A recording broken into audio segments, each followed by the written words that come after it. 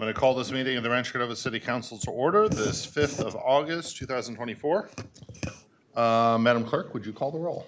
Councilmember Gatewood. Here. Councilmember Budge. Here. Councilmember Terry. Here. Vice Mayor Pulapati. Here. Mayor Sander. Here. And Madam Clerk, if you could announce the meeting video recording playback schedules, please. The meeting of the Rancho Cordova City Council will be cablecast on Metro Cable 14, the local government affairs channel on the Comcast and AT&T Uverse cable systems. The meeting is closed captioned and webcast at metro14live.saccounty.gov. Today's meeting will replay on Thursday, August 8th at 9 a.m. and Saturday, August 10th at 7 p.m. on Channel 14. The meeting can also be viewed at youtube.com/Metro Cable 14. A DVD copy can also be ordered from the City Clerk's Department, and a webcast of this meeting will be available on the city's website within 48 hours of adjournment of this meeting. Very good. And I'm going to call on Albert Strick in the back of the room. If you would lead us in the Pledge of Allegiance, please. We then have Pastor Bobby Nesbeth. He's the youth pastor at Orangevale Baptist, who will lead us in an invocation. To the flag of the United States of America and to the republic for which it stands, one nation, under God, indivisible, with liberty and justice for all.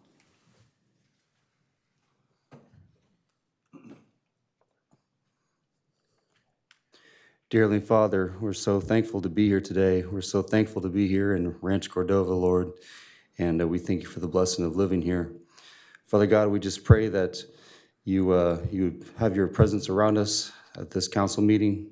I just pray for the council to receive wisdom and discernment, and as they lead us, we also pray for their accountability for all the decisions that they make. We pray for a healing of this city, Lord, with all the violence that's been going on, Lord. We just want that healing that only you can bring. Father God, we want to pray for our students and our children, Lord, that they grow this year in learning and at their school, and that they are they're safe and free from violence, Lord, that they're able to be in a community and a surrounding of love and support, Lord. I also want to pray for leaders to stand up, Lord, that they can come forward and lead our younger generation to be good and servable young women and young men, Lord. We need more young adult leaders to be a good influence in how to serve. And we just love you, Lord. We just pray for this council, for our community, Lord, that you show your presence among us. We love you, Lord. Thank you for dying on the cross for us. In Jesus' name we pray. Amen.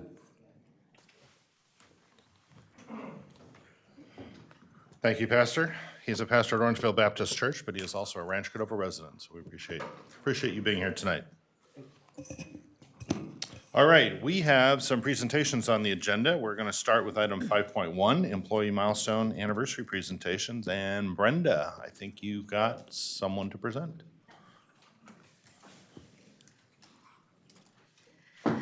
Good evening, Mayor Sander, council members, Brenda Roach, Human Resources Department. I am happy to introduce that we actually have 5 individuals that we are celebrating today, 2 of which are reaching their 10-year milestone, and we have 3 individuals that are meeting their 20-year milestone. And as always, as an organization, we believe in the importance of recognizing our employees as they reach these significant milestones. At the conclusion of this presentation, I will be passing out the plaques, and then I would ask council to come down and please take a photo. So, to start off, it's with great pleasure that I would like to introduce Amanda Norton, our Economic Development Director, celebrating 10 years with us. So Amanda joined the city in March of 2014 and has since become an integral part in our economic development team. Her contributions over the years have been invaluable, including business recruitment. Amanda has successfully recruited many businesses to our city, and most notably being the Solodine as a notable accomplishment to our community.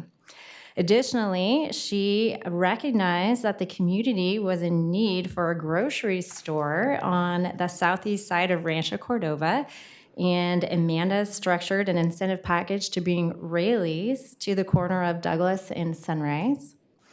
And community amenities. So Amanda recalls a quote stating, "Your community has more technology firms than coffee shops, and breweries are present." So Amanda took it upon herself to attend the California Craft Beer Summit and focused on recruiting additional breweries to our city. And in collaboration with our communications and public affairs team, she helped establish our current Barrel District, which the name and logo are now officially trademarked to the city of Rancho Cordova as of March 26, 2024. Amanda recognizes that her role in economic development is truly a team effort, with the team's success stemming from the dedication and hard work of all the departments. So thank you, Amanda, for your contributions and dedication to making the city of Rancho Cordova a thriving community. And then I would like to ask Micah if you would like to make any additional comments.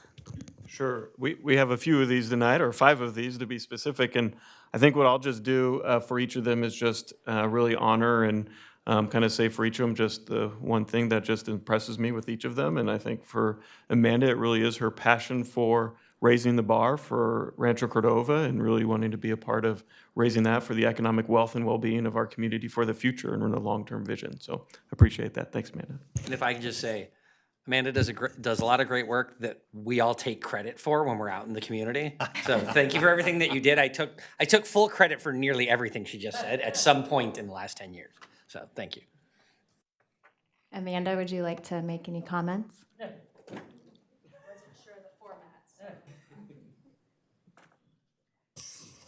30-minute speech. Yeah, I know. First and foremost, thank you, Mr. Mayor and members of the council. I have been extremely honored that the city took a chance on me and hired me 10 years ago and kind of gave me the thing of just run rogue and do great things for the community. So I've worked pretty hard to do that. I think I have a lot of work still with this community and going forward. I'm honored to be part of it, and I'm honored you guys all took a gamble on me and let me be part of this wonderful team. And I'm nothing without this team. So if it wasn't for all the other departments here, we do some pretty amazing work, and I'm honored to be part of that. Thank you. Let's not also forget that who she replaced when he left to go to another city. But he came back eventually. Well, he came back, and then she was still here, and so the Wonder Twin Powers got to get back together. Next, I'd like to introduce Jeremiah Zillig. Jeremiah joined the city in March of 2014 and is honored to celebrate his decade of service, including 1 year with code enforcement and 9 years with our building and safety team. Throughout this time, he has navigated rapid expansion, embraced challenges, and seized opportunities with unwavering determination. In this past fiscal year, together with the building and safety team, Jeremiah's effort resulted in the issuance of 1,095 new home permits and commercial permits valued at just over $73 million, excluding the recently issued Project Sunrise. Jeremiah also played a key role in pioneering extended services offered by the Building and Safety Division, such as the Rapid Plan Review Management Program, which expedites the approval of necessary plan changes in real time, significantly reducing the design review process by weeks and sometimes months. Looking ahead, Jeremiah is excited about the opportunities to continue contributing to the city's success. Thank you, Jeremiah, for your unwavering dedication and commitment to the city. And at this time, Micah would like to provide you with an opportunity for comments. Sure. Thank you, Jeremiah, for the good work. And I think one of the things that has impressed me most about Jeremiah is his commitment to his team and really passion to build his team up and really support them. And as far as when taking over the building official role, really stepped up and focused on them, which is great for the continue of the good work throughout the organization. So thank you, Jeremiah.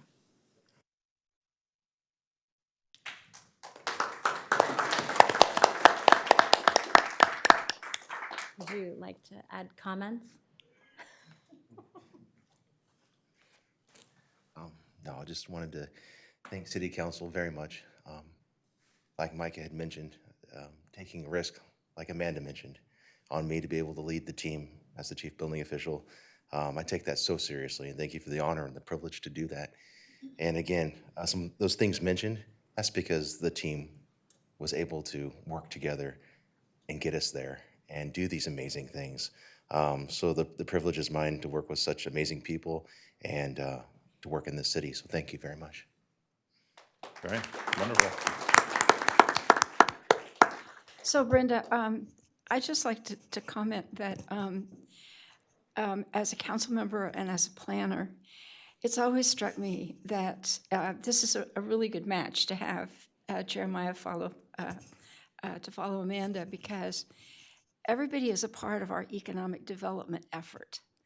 And obviously Jeremiah gets it, but planning, building, all of those organizations have to support what Amanda is trying to do, or our economic development efforts fall flat. So we really appreciate the cohesiveness of what's going on. Next, it's our pleasure to recognize our 20-year recipients. So I would like to start off and recognize Lisa Behrens, our senior finance analyst. Unfortunately, she's unable to attend today, but I do like to read a little bit about Lisa. So Lisa joined the city in May of 2004 as our 11th employee at the city, just after incorporation, and quickly became involved in many pioneering efforts. Early on, she witnessed the transition from managing finances on QuickBooks to preparing for the city's inaugural parade, where she and her daughter Alyssa famously rode in the Rancho Cordova Police Department vehicle. When the county services ended in July of 2005, Lisa and the finance team implemented a new financial system to handle additional responsibilities, including business licenses. She also contributed to the creation of the new city hall and actively participated in external boards, such as volunteering as the bookkeeper for the Capitol Air Show. Later, as the interim finance director, Lisa oversaw the successful passage of Measure H, our half-cent sales tax. And despite the great challenges of the Great Recession, her efforts were crucial in maintaining the city's financial health. Lisa's dedication and leadership have been instrumental to the city's growth and success, and we would like to thank Lisa for all of her efforts throughout her years serving the city and this community. Micah, do you have anything you would like to add? Sure. So it's just pretty fascinating to me that we are celebrating like 3 20-year anniversaries. It shows kind of a little bit of the kind of longevity of kind of our team. And as we're only celebrating our 21st birthday as a city this past year, these are great to have some of the original. And the stories get better, I think, from 20 years because it was quite the startup opportunity. But what really has impressed me about Lisa is just her ability to be a Swiss Army knife of all things finance over the last 20 years and taking on different roles as she is needed, and being part of that has been great and awesome. So we appreciate Lisa. So hasn't the finance department won awards almost every year? Probably every year in existence. In existence? Yeah. No, really. I know we've been to several, no, not with QuickBooks, but I know we've been Every year we've been running the financial system. several celebrations. Yeah.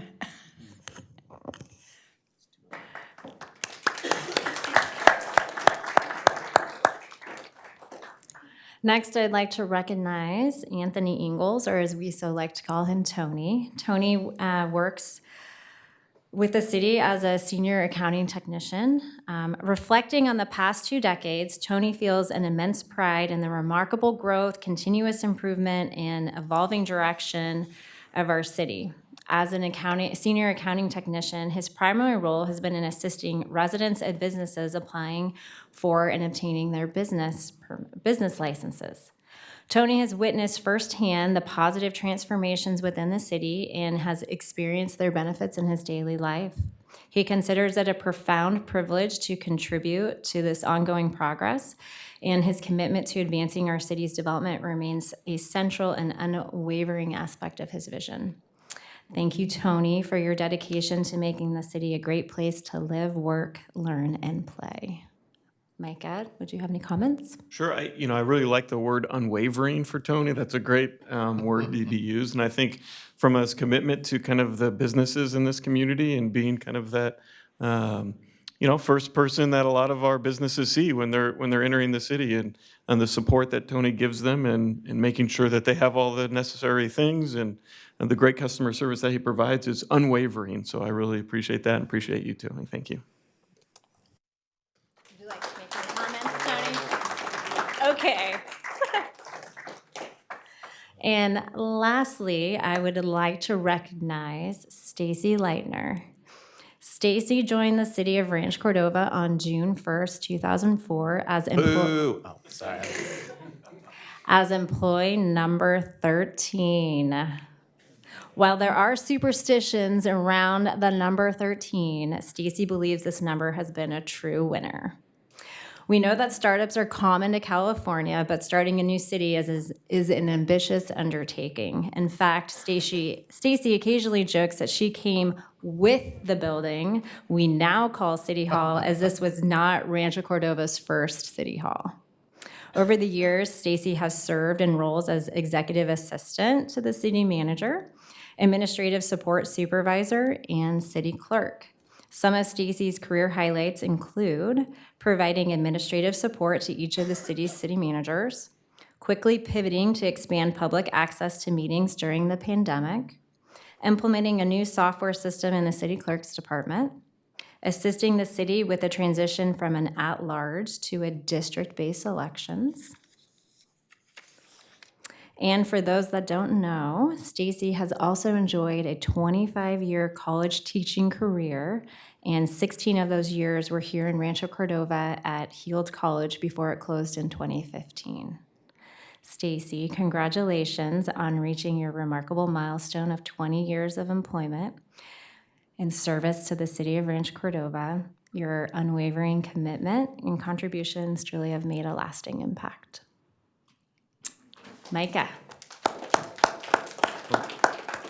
Thank you, Brenda, and thank you, Stacy, for your 20 years. I've been here and then left and come back again, but Stacy's still here, making sure we're all doing what we're supposed to do. And so, I think without Stacy, you don't have a lot of the things that our customers and our community and different people have grown to know and love. And so I think with that, we really support Stacy and thank her for her time and treasures that she's given to Rancho Cordova, and her commitment to see it all through. So really appreciate it. Thanks, Stacy.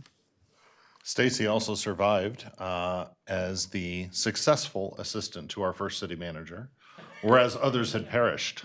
So she's deemed very high value as a result. So, those of us who came from the county, we knew about government in California, but we really didn't know how to run a city.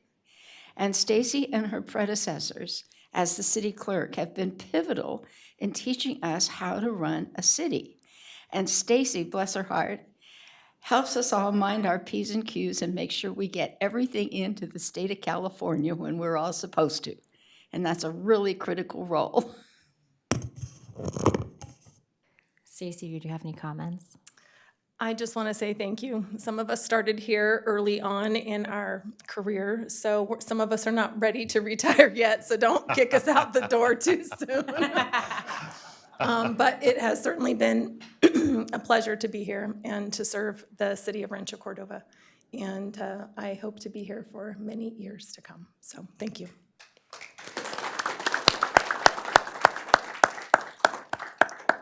At this time, I would like to invite council down so we can take a photo with each of these recipients.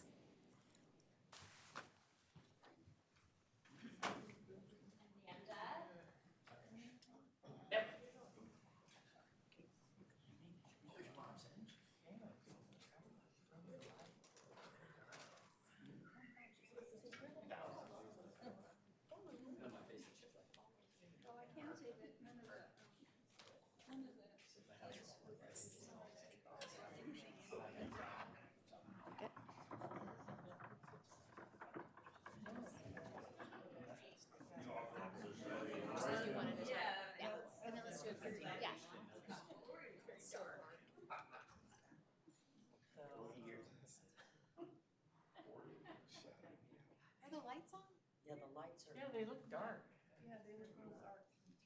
lower. Make it closer. We don't need to make it brighter. Photoshop. Come into the light. Last time they photoshopped me, I was orange.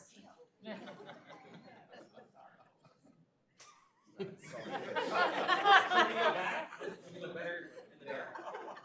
Would you prefer? Oh, wait.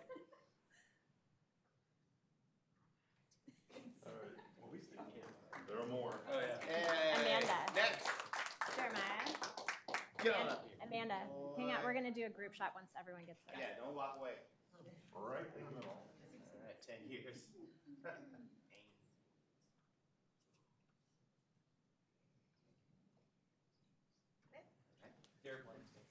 I did. Got my bad side. Hold on. Thank you. She's fine. She's on the fun.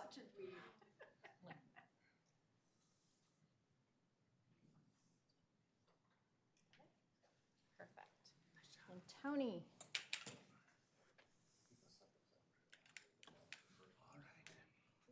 With head. When I was first Thank in you. the company and I opened up at Rancho, I gave him a list of all the businesses in Rancho Cordova. So you know along. Small business's best friend. You have no idea. Who are we looking at? They never tell you who to smile. They just Okay, want you to and smile. then if you all can just remain there, everyone. We're gonna do a group one more Jason, come on time. back. Come on back. Don't block out anybody. Jeremiah, to go. Yeah. In the middle, we'll work around you. Don't worry, In the middle, we'll figure it out. We're pros at this. Why don't you get up front? I can go over here. Sign to open hold. Helpful, huh?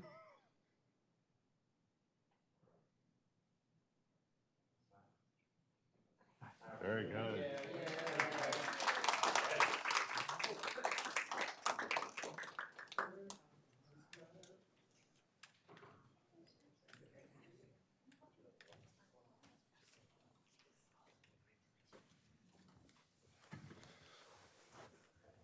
All right, well, we have people inching closer in their years of service here to the city to that free parking spot out front, but you got to hit that 45-year mark. Is that a new rule?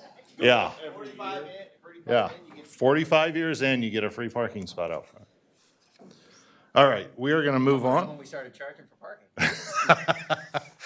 I am going to call on Cheryl Longworth to come up and receive a proclamation celebrating Soro Optimist International of Rancho Cordova and Gold River and their 15th anniversary.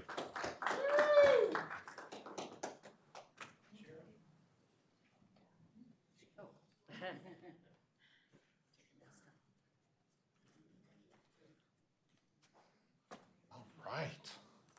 I can't believe, is that live? I can't believe it's been 15 years. Because I remember kind of vividly the meeting where you came and announced you were starting this. And we all thought, what an absolutely wonderful thing to do in our community, but boy, what a tough thing to do. Yeah, Right? Not easy to start up a new organization. it's like starting up a new city. Exactly. You just stole my punchline. But we in Rancho Cordova know how to do that. So here we are, 15 years later. So I'm going to read some of the verbiage here for the proclamation. Whereas Soro Optimist International, SI, of Rancho Cordova and Gold River has served the Rancho Cordova community and surrounding communities for 15 years.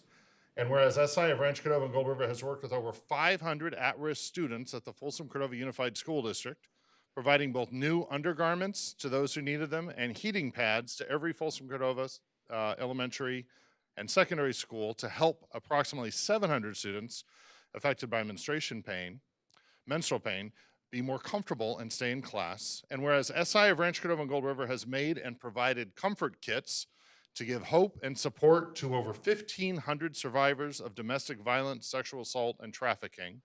And whereas SI of Rancho Cordova and Gold River strives to support Rancho Cordova area businesses, collaborate with and support Rancho Cordova organizations, and provide Rancho Cordova area youth with opportunities to volunteer and receive educational experiences. And where SI of Rancho Cordova and Gold River has presented over $30,000 in Live Your Dream Cash Awards and over 15 years to 30 head of household women who are working to complete higher education. And whereas SI of Rancho Cordova and Gold River has collaborated in organizing 2 public human trafficking education events and made 750 dresses for the Dress a Girl Around the World Trafficking Prevention Program. Now, therefore, be it resolved, the City Council of the City of Rancho Cordova does hereby celebrate the 15th anniversary of Sorrow Optimist International of Rancho Cordova and Gold River and its service to Rancho Cordova. On witness thereof, I have set my hand and caused the seal of the city to be affixed this 5th day of August, 2024. And with that, I will hand this over to the founder, Cheryl Longworth. Cheryl, if you want to use those mics that are live. All right.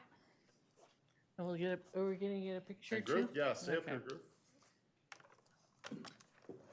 Thank you very much for this recognition. We have worked so hard to improve the quality of life for so many people that need help in this community. So we're going to continue to work another 15 years and another 15 years.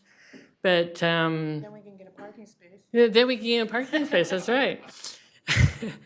But actually, just a little fun fact: when we were first chartered, we were SI of Rancho Cordova. That's it. And we added on the Gold River onto our name about 5 years later. So, so that's why we're a longer name, but it's a mouthful. But yes, I'm very happy to be here. I'm very happy with my, we have such fantastic club members that work so incredibly hard. So I'm grateful to them. I'm grateful for the support that the city has given us, and we'll continue to do our work. Thank you. All right. We can do a photo, we can do one. What's that? Can you send it to my cousin? Why don't you stand here? Stand in the middle of them. Yeah, stand in the middle of them. We'll stand on either side. I'll crowd in somewhere and Sure, hand this, yes, you right there. handing this thing. Can we see you? There we go. Okay.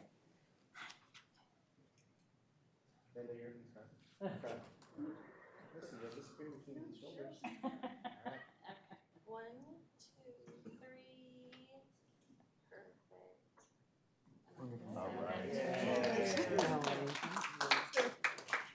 Thank you very much. I'm also happy to still be here because I had a liver transplant about 4 months ago. Thank you. Thank you. And so I'm very happy to be here with my club celebrating, and I'll never be upset about having another birthday for my entire life. That's wonderful, Cheryl. Thank you.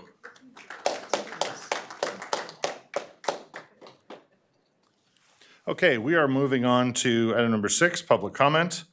Members of the public wishing to address the council on any matter not on the agenda may do so at this time by completing and submitting a speaker card to the city clerk, sitting right over there. For items on the agenda, speakers will be called up by me at the point when we get to the agenda when that item will be heard. Speakers are encouraged to keep comments to 3 minutes or less and to state name and community of residence. Under provisions of the California Government Code, the City Council is prohibited from discussing or taking immediate action on any item not on the agenda unless it can be demonstrated to be of an emergency nature or the need to take immediate action arose after the posting of the agenda. So, Madam Clerk, do we have cards turned in for public comment? Yes, before we start with Larry Ladd, we did have 2 general public comments that were sent via email. Those came from Jess Arago and Larry Ladd. They've been distributed to the city council, placed on the city's website, and they are printed in a binder in the back of the council chambers. Larry, you'll have up to 3 minutes. Okay. For a second, Larry, I thought you were running for school board No. because I saw the handout here. No, yeah, I'm sorry. Anyway, That was 2020. Cheryl and I go way back at Peter J. Shields Elementary. And when I went in for heart surgery right before she went in for liver surgery, one of my last words before I went in was, if I die, give my liver to Cheryl, because she was still looking at that time. And the surgeon's going, let's be positive now, all right? Okay. Anyway, I am here wearing my US EPA-sponsored Community Advisory Group for Airjet Superfund side issues because I'm pretty sure the structure is going to have to change somehow. At this point, you've got development and new construction going up and all to the highly contaminated areas. And for several years now, I've been saying, okay, we need to stop meeting in City Hall And you regulators need to go out and hold public meetings next to the sites we're discussing here. So when we're talking about Chem Plant 2 along White Rock Road, you guys need to be in one of the Anatolia elementary schools or the clubhouse or whatever. In Folsom, when you're talking about Area 40 and all the TC coming up, you need to be like at Alder Elementary. When we're talking about carbon filters going in at Cordova Lutheran, you need to either meet at the church or Mills and the problems with plastics there, all these highly technical issues, you need to start explaining it to the public. So Shelley told me I had to have a call for action. That's my call for action. The new guy who's coming in at EPA is coming from Red Hill, Hawaii, where basically they kicked out all the civilians. From what I read in the press report, so it's a press report, is like you have to agree if you're going to participate in that not to disclose the discussions. It's like this star chamber thing. So for example, when we turned on the well at Shields, and then I heard about from the janitor at Shields, Emily Marler, being diagnosed with liver cancer. Of course, I immediately emailed the EPA. If they're going to play by Red Hill rules, from what I read in the press, I can just send that to them, but I can't talk to you guys about it. I can't talk to anybody about it because there's a lot of litigation going on. Anyway, so I wanted to bring that to your attention and urge Siri. Brian tells me he's not running against you. Siri, I understand, still has, and I would urge you to start talking about at least letting your constituents know you know what Chem Plant 2 is and what's there, et cetera, et cetera. And then, what have I got, 30 seconds? 42 seconds. Okay, I give you an example of what I do. And so the gist of it is, this is an example from a lady from the 1970s. And I go to the last page, and people object to it, but as a geographer, I do it. You see that circled spot there? This lady moved next to Chem Plant 2, had 2 kids die. She had a genetic condition called leaf-Romani mixed release susceptible. And what I would do to this lady is say, okay, that's your genetic condition at the bottom where I circled, and on the top, if it was pink, then it might have been the VOCs that caused it. Talk over with your oncologist. That's what I do. And I don't think that's something that people should object to. You're just trying to help ground the controversy in something scientific. Thank you. Thank you, Larry. Next speaker is Angela Adams. Angela, you'll have up to 3 minutes. Good evening, everyone, mayor, council, and staff. I'm going to speak a little bit on Northern California core values, Northern Cal Carpenters core values. Thank you for the opportunity to speak tonight. My name is Angela Adams, and I have dedicated the past 16 years of my life to the Carpenters Union, specializing in drywall, lath, and metal framing. I am here today to advocate for my brothers and sisters in the Carpenters Union and for myself regarding the core values and area labor standards that are so vital for our industry. It is crucial to have these standards in place to ensure accountability across the board. These rules protect all parties involved and ensure fair wages and safe working conditions. I have personally experienced the long hours and lengthy commutes required just to make ends meet, which is why I'm all for local hiring, which is one of NorCal's great core values. Now that I have the opportunity to share my experience, I want to emphasize on the importance of maintaining and enforcing these standards. There were times when my paycheck was delayed or incorrect, creating significant hardships. Others in the trade face similar issues, feeling they deserve better treatment or more respect for their labor. Thanks to the Carpenters' rules and regulations, these issues had to be addressed, ensuring that everyone complies with the standards that protects us all. This gives all construction workers the chance to obtain apprenticeship training, good health insurance, and prevailing wage. This is why I am a strong supporter of these core values. These standards are not just about rules, they are about dignity, fairness, and ensuring that every worker can support their families. I ask the City Council to recognize and uphold the importance of area labor standards for the well-being of all construction workers in the trade. Thank you very much. The next speaker is Sarah Alzanoon.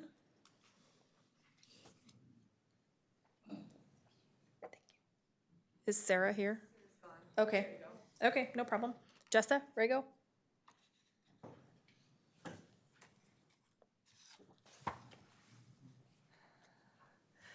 Good evening. Thank you for having us. Thank you, city staff. I love this city. Congratulations on your anniversaries. My name is Jessa Rigo. I work here in Rancho and I live in Folsom. I am here again advocating for the Gaza ceasefire resolution that our community group presented and to get it on the agenda. My tax dollars from working and spending in this town are still paying for weapons that are made by employers in Rancho and Folsom that my democratically elected government representing this area is choosing to send to terrorize trapped people. So I am still here in my desperate attempt to salvage the fate of my eternal soul. That is, I don't like funding and profiting off of bombing my friends' families, and I don't want to go to hell for being complicit in genocide. So that's why I'm still here speaking up. I'm going to take these twice monthly opportunities to debunk some of the weird lies around this situation for our community. Today, I'm going to do that with Palestinian scientists. I am so sick of hearing the lie that Palestinians don't exist. Besides my friends right beside me, there is also ample and freely available documentation of Palestine before the Sykes-Picot Agreement, the Balfour Declaration, and the Nakba. I'd like to add that I was not radicalized by TikTok, another weird lie. I don't even know how to use TikTok.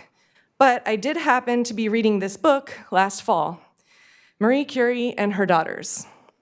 Some of us may recall that Marie Curie was the first woman to win a Nobel Prize, and she is still the only woman to win the award in 2 different fields. She won in chemistry and physics for her work on the discovery of radiation and new elements.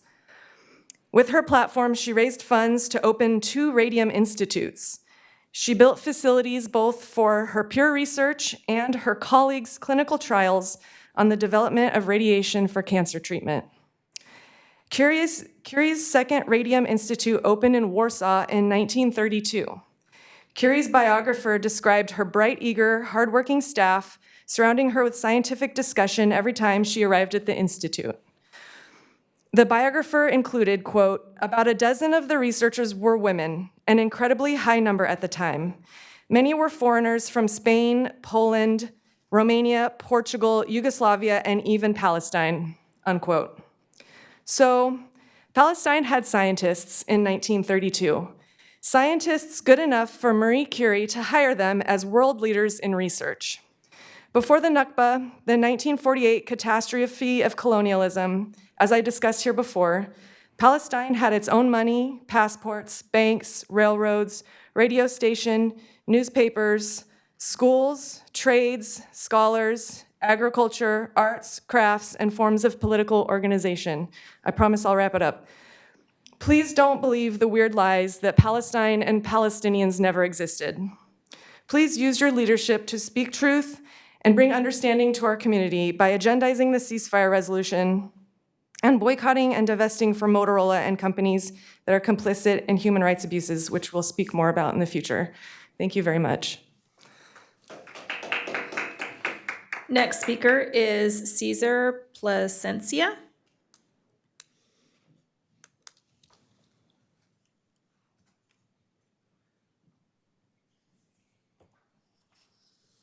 Good evening, Mayor, Vice Mayor, Council. My name is Cesar Plasencia. I am a carpenter of Carpenters Local Union 46.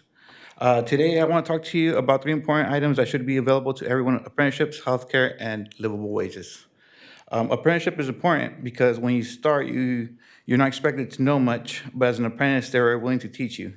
I worked 10 years doing concrete, and now I'm teaching my kids, to work with their hands, and I'm grateful for that because they are the future. A livable wage is also important because it shouldn't matter where you work, you should be able to make ends meet. Construction is hard enough as it is, and imagine working all week out in the heat and barely being able to buy groceries for your family or to pay rent. Lastly, healthcare is also important and should be provided by your employer. I have 3 kids, and I can only imagine how much healthcare is, for a family of 3. And my wife is currently, going to undergo gallbladder surgery. And thanks to the Carpenters, I'm able to provide that for her. Thank you, Council, for your time. Next speaker is Daryl Langwell. Following Daryl will be Helen. Wellen Bashaw, James Garcia. Good evening, Mayor Sanders, council members, Darrell Langwell Vineyards neighborhood. I just recently received my letter from the city proposing increased fees for garbage collection. When I got the letter for stormwater, I voted in favor of providing that additional fees for the stormwater, but I will no longer support these fees until I see more Measure H money going to citywide initiatives and not to special interest groups. Thank you. Next speaker, Helen. Following Helen will be James. Following James will be Britt B. Hello, Stacy, congratulations on 20 years. I'm from the Tierra Grande area. I recently received the notice of the increased fees for garbage pickup. My question is, I don't remember any mention that the fees as presented were going to be increased before they even had a month under their belt for the contract that was awarded to them. And this is Atlas. I still believe that Republic should have retained the contract with the huge public support, and there were many people against Atlas. And right now, within 30 days of the beginning of their contract, they want an increase in fees. They have no history of service to residential people. I just find it appalling. It's almost like a switch and bait. You buy something in the store, they have advertisements, you go into the store and you find out the product's not there. To me, Atlas represented themselves with a bait and switch mentality. Thank you. Next speaker is James Garcia.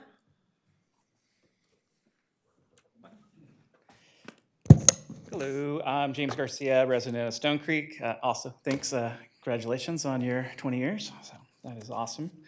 I'm also on the same bandwagon as the other two speakers.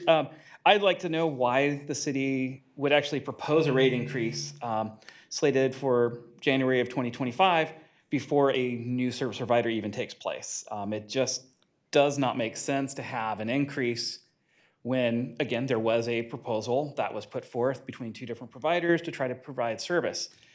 There was no mention of an increase that would have been slated come January 1 of that brand new service contract.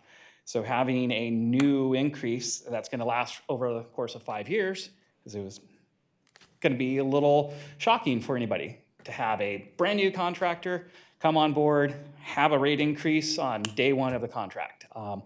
Didn't quite make sense to me. So I'm really hoping that the rest of the community also decides to protest that. And as Darrell mentioned, also love the idea of having more of the Measure H and other money go towards citywide funds instead of special interests. So I would also support that idea. Let's have our taxpayer money go towards citywide actual functions instead of limited, reserved. So thank you. And Britt B.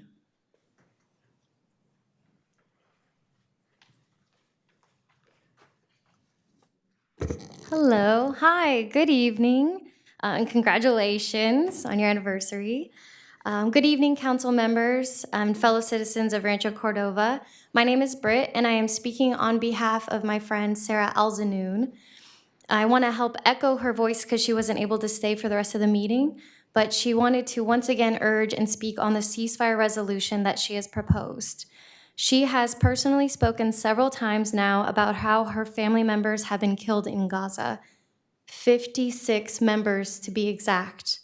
She's spoken about how her remaining members of her family face lethal force, starvation, and disease daily due to attack and siege, which is paid for by our American tax dollars. In addition to the ceasefire resolution, this city council has another thing that they can do to live up to their ideals of celebrating diversity. This city can boycott companies that support human rights abuses inflicted upon the families of local community members. As a community dedicated to freedom and equality, we must ensure that our city's economic decisions do not support or enable violations of human rights. We urge the city to boycott Motorola and other companies complicit in these abuses. A recent landmark opinion from the International Court of Justice, as reported by NBC News, stated that the policies and practices used by Israel in its occupation of Palestinian territories breach international law. The ICJ highlighted that Israeli settlements in the occupied West Bank and East Jerusalem, as well as the regime associated with them, were established and are maintained in violation of international law. Furthermore, it was noted that Israel systematically discriminates against Palestinians and that Israel's exploitation of natural resources in the Palestinian territories likewise violates international law. The court concluded that Israel's unlawful policies and practices breach the Israel's government obligation to respect Palestinians' people's right to self-determination. Motorola Solutions is a current vendor to our city, is directly implicated in these abuses. Motorola Solutions provides surveillance equipment at the separation walls and checkpoints in Gaza and the West Bank and has developed specialized technology for Israel's military and security forces. So if you don't think this city is complicit in human rights violations, it absolutely is. The best time to pass a resolution was 9 months ago. The second best time is today. And on my behalf, I'm wearing a Ted Lasso shirt in honor of his contagious optimism. And also, I've watched my boyfriend play at the Live 5 soccer right across the way in an above 30 league with names like Manchester United. I work in film, and I'm grateful to do that in Northern California. And a film that's been echoing in my mind is Schindler's List. If you've seen that movie, check again. The last 5 minutes, he echoes to himself, I could have done more. These are pressure points that we currently actively have. And it's a nonviolent way, you can hold Please wrap up economic your pressure comments. points. Thank you. Not only a symbolic gesture, but an actual divestment to make a change. If we do a pressure point of not having contracts with Motorola, that is absolutely a way to send a message. This is an urgent need. We're watching a genocide being live streamed on our phones that is actively affecting your constituents. And I feel like we can do more. Thank you so much. Mayor Sander, that's all the public comment that we have. All right, very good. We're going to move on to council reports. And Mr. Gatewood, you're going to be up first.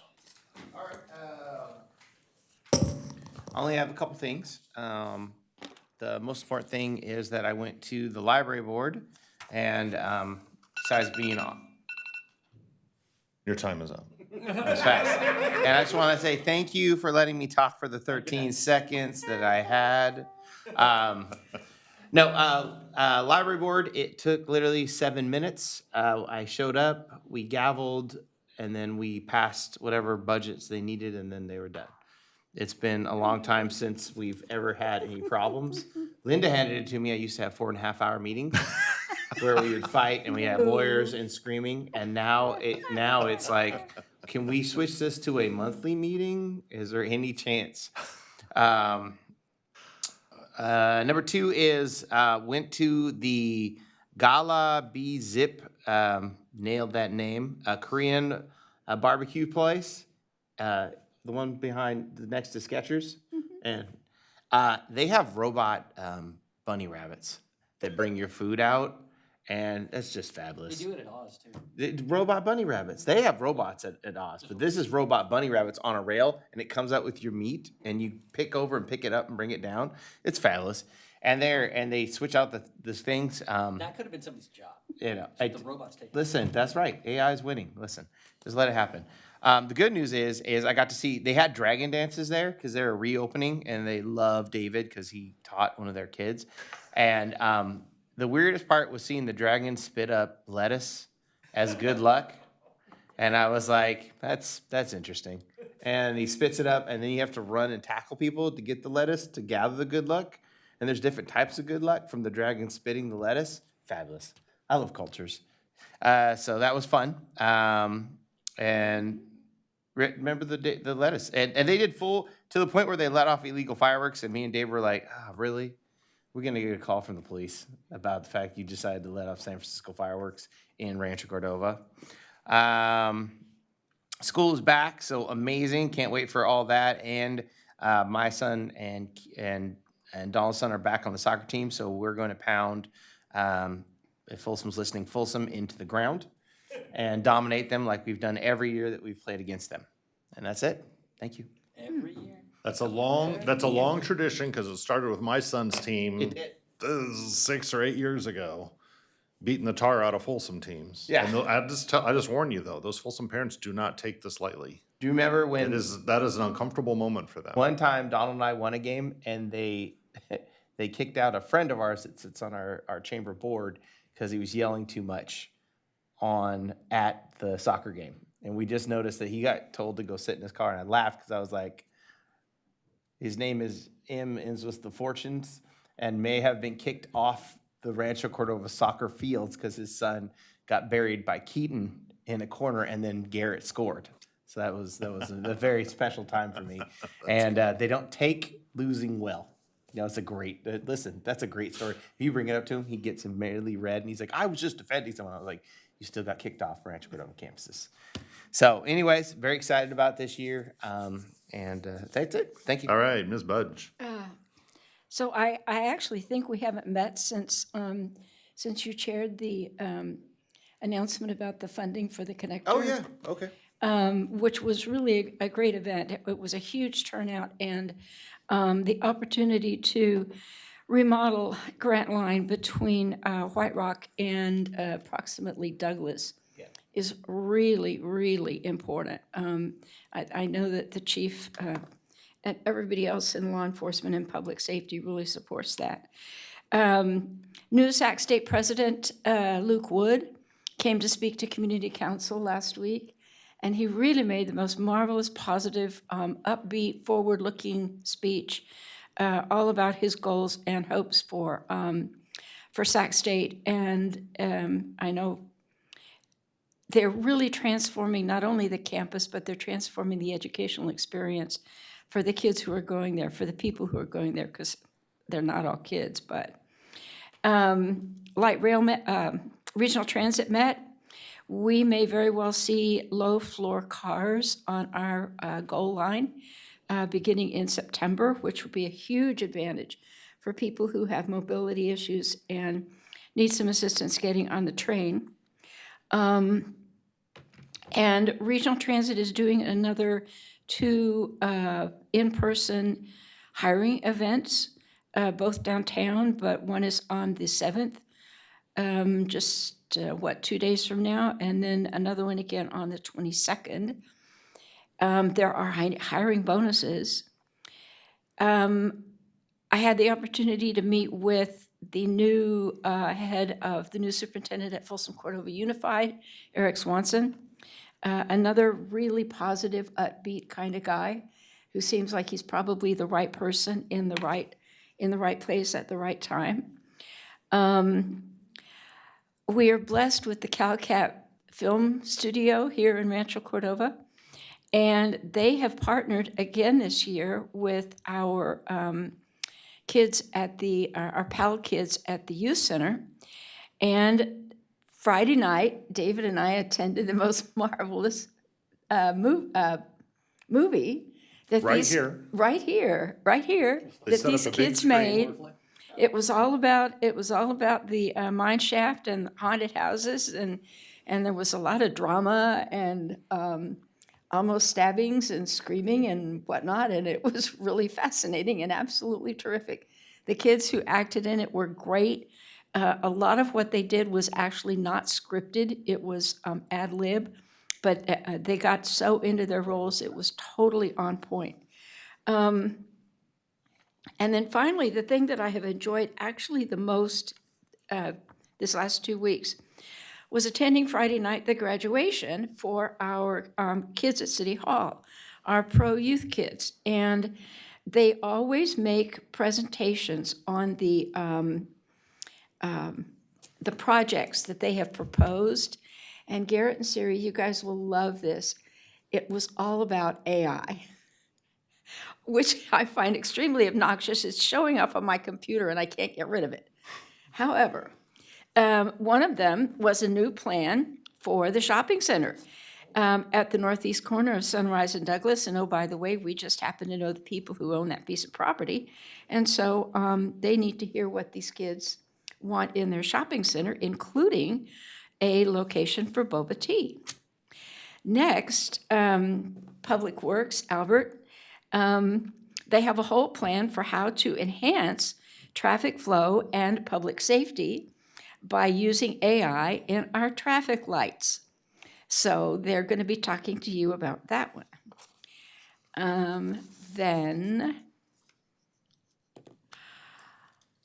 all of us who are mandated by the state of California to reduce our organic waste and put it in our little green pails, they have a plan for how to make sure that we are zero waste by not only doing it at home, but also expanding that out to the restaurants. And they want to start with 5 or 10 small restaurants, put an equivalent bin in each, and then work with Solborn and Atlas and figure out how to turn all of this into compost, which was just in the local major newspaper the other day. They also want to start, another team wanted to start a health resources website. It would be a city IT-driven website, and IT was a part of developing this project, but it really supports the Metro Fire's mobile integrated healthcare program, and apparently Cosumnes Fire District is starting up a new telehealth initiative. This would dovetail in with that nicely. Argonaut Park, you all, apparently the kids think is too very barren and bare and needs a lot of trees and a lot of enhancement. So we need to tell the Park District that they have a plan for how to upgrade the appearance of Argonaut Park and make it more customer friendly. And then finally, they want to provide resources for unhoused veterans in terms of a monthly stipend of $2,000 a month. They did a lot of AI evaluation with seniors and what their normal monthly expenses are and medical expenses, and decided that would be the logical amount. But then they also have an opportunity to measure it, to monitor it, and to make sure that that is the right budget, or too much or too little or whatever. And this is what these kids have been working on for a 4-week time frame. They commit to coming over here to City Hall every day for 4 weeks, and their time is very well used. Michael was there for a while, and I know we all really enjoyed their presentations. Our kids, these are all high school kids, and they are incredibly creative and dedicated to enhancing the quality of life here in Rancho Cordova. And I think we're all very proud of them. Very good. Mr. Terry. Just to piggyback on that, and I wasn't at the graduation, but I've been to a couple of them, but juxtaposed in talking about the people that have been here for 20 years, when that organization, really even before Measure H was like even thought of, approached the city talking about a Summer at City Hall program. And I remember the first set of staff that I met with to talk about the subject all said, we tried that, it didn't work. Nobody's got time to deal with interns and that kind of stuff. And like, no, there's nobody here that wants to deal with kids and do that kind of stuff. Juxtapose that to now and how successful this has become. And to think that at first, like they were almost laughed out the door. And if you look at the staff that have gotten to be involved with it and the pride that they take in working with these students to do this stuff over the summer, it's really exciting, the atmosphere that's here. And for those of you that have been here for 20 years, you may have seen kind of iterations of that over time. But I will say that, I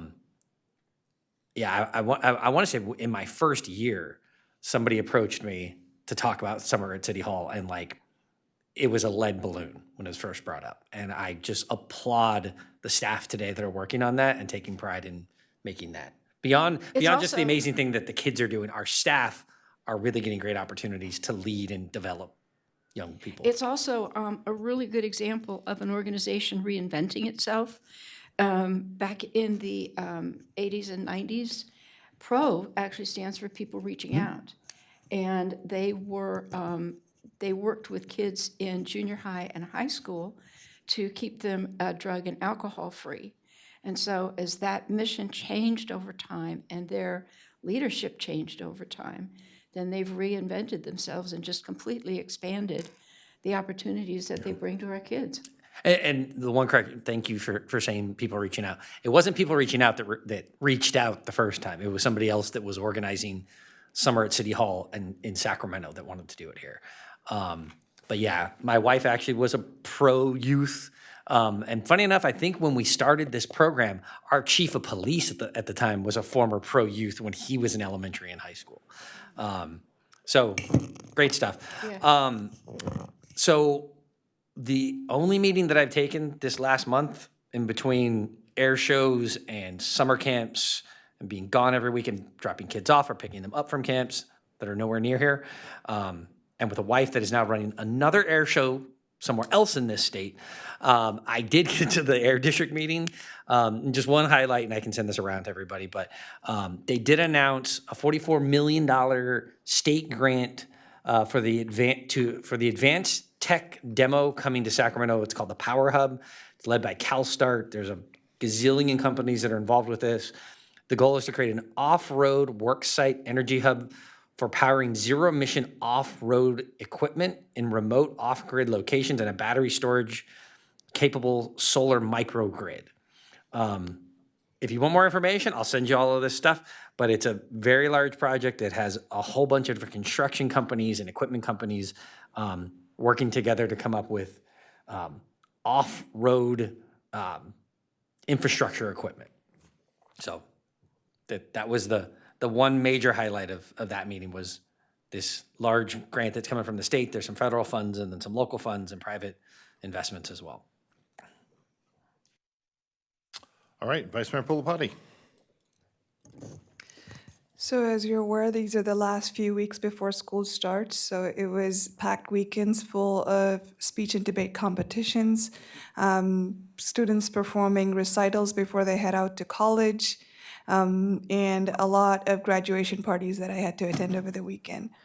Also attended the announcement of the $25 million in grant funds for Grant Line Road. As you're all aware, that's a dangerous road that we all have to travel on a regular basis, and now we have the funds to improve those roads, and that we're advocating for more funds in that regard. The other one, Councilmember Gatewood was a great MC. Well, your story was pretty impressive. Yes, which is why I'm really happy with these funds. And I'm hoping that my letter played a part in getting these funds in a lot of the personal letters that we all wrote. Also attended the IT and Communications Committee from NLC. One of the key things that was discussed is the cyber threats against local government, and that how we should start getting more engaged in covering cybersecurity. And even the White House isn't getting involved, and so they're having a virtual meeting to update the city, county, and federal offices on how to be safe and secure while using, obviously, the internet, and more to say, AI. As Councilmember Budge mentioned, we are having AI that's going to be a part of our life, but we need to learn how to use it in a safe and secure way. And with that, Mayor, it's all yours. All right, very good, thank you. I would say that $25 million grant is a really big deal for Grant Line. Albert and I actually did a trip back to DC advocating for that earlier this year, and I have to say we used your story in those meetings, just to make it more personal with, Assistant Secretary of Transportation. So, and that's we've had a lot of meetings on that grant. I'm really glad to see it finally come through. Frankly, I'm a little surprised.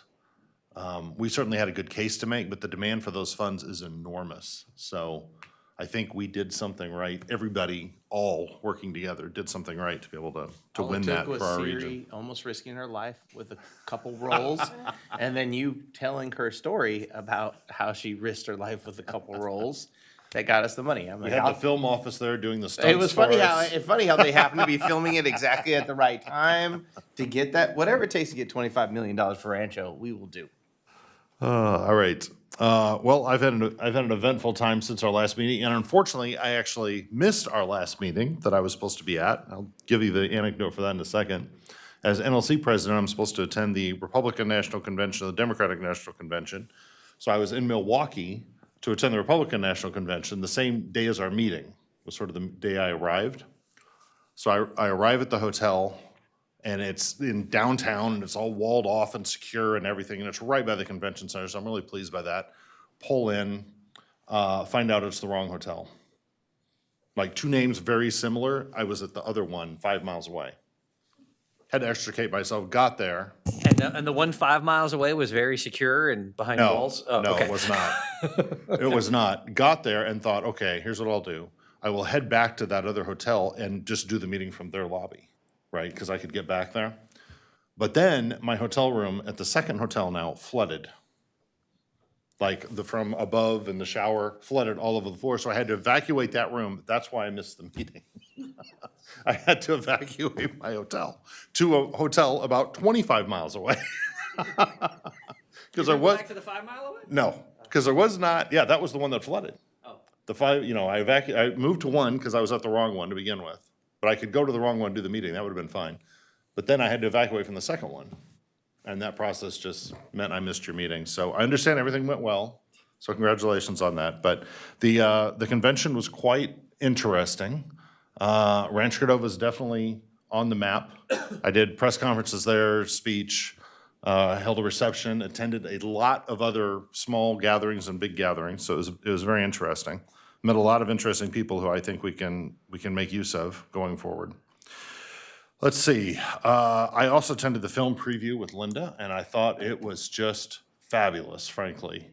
It's not that the kids were great actors, it's that the kids who were filming caught the kids being kids.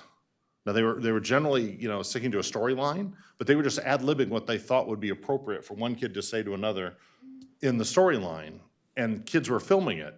So it came off almost like professional actors doing it. There'd be some little, slight rough here or there when you could tell they were saying something because the storyline had to continue. But other than that, I mean, it was a remarkable piece of work. And I was just thinking, Linda, about, how fortuitous it is that we even have a film office in Rancho Cordova. And if it wasn't for the way we handled art, which was to say, artists, go pursue art, we will support you, we will broker, catalyze, facilitate what you do as artists, we wouldn't even have a film office. And none of this would be happening. And for them to have done it with the PAL kids is just a cherry on top. So really, really impressive. I think that's Mine Shaft is the name of the film. I think it's gonna be available, Yeah. I'm not sure where, but they're going to take it. It's on YouTube. Is it on YouTube already? Yeah. They're going to take it to competitions that are put on for other youth filmmakers. Yeah. So we may very well get even more Yeah. out of that film. But I certainly hope that they pursue that again the following year. I don't know if I'd advocate for Mine Shaft 2, but something interesting. But the skills The that the sequels are kids it, right? are learning. Two of the kids were really great cinematographers. There were a couple of kids who ran the sound system. Yeah. The only thing they didn't do was the post-production and, the editing and that kind of thing. But it was really quite remarkable. Yeah, it was amazing. There was even a kid who moved in the middle of the production, so they had to deal with, he left in the movie. He was missing. Became part of the movie. And they made him missing. They didn't actually Yeah. kill him off the way they would have done on TV. So I was at the restaurant opening. Galbazip is how I choose to pronounce the name of the restaurant. Korean barbecue at Zinfandel and Folsom Boulevard. And I have to say, I hope no other restaurateurs are listening. I think that may be the nicest restaurant in Rancho Cordova in terms of walking in, looking around, and what you see. It is really, really nice. It's there at Skechers, at that shopping center right there facing Zinfandel. I would really encourage you to attend. And of course, it was Korean barbecue. I've had quite a bit of that in my life. It was superb. And the cultural demonstration that Garrett talked about it was dancing dragons who did gymnastics, basically. Two-person dragons. You can think about the Chinese version, but I think this was the Korean version. It was really fascinating and impressive. And lettuce in their culture is a good luck sign. So the dragon consuming the lettuce and then, like the actor would shred it and then sort of throw it back out of the dragon. Collecting it was collecting the luck in their culture. So the chef, who was the owner of the restaurant, was running out grabbing all the lettuce. It was really, really cute. They even had lettuce above the door that the dragons would go up and eat. So It's cool because my kids are allergic to lettuce. So some got on it and they fell on the ground and started convulsing. I don't know if I saw that part. They were dodging out of the way of the lettuce. They knew it might touch them. Then they would have to eat something green. So Linda and I were at the Sacramento Placerville TCJPA this morning, and I had to leave because I had an NCL phone call, of course. But I think we're going to have Rancho Cordova added as a formal member of that JPA.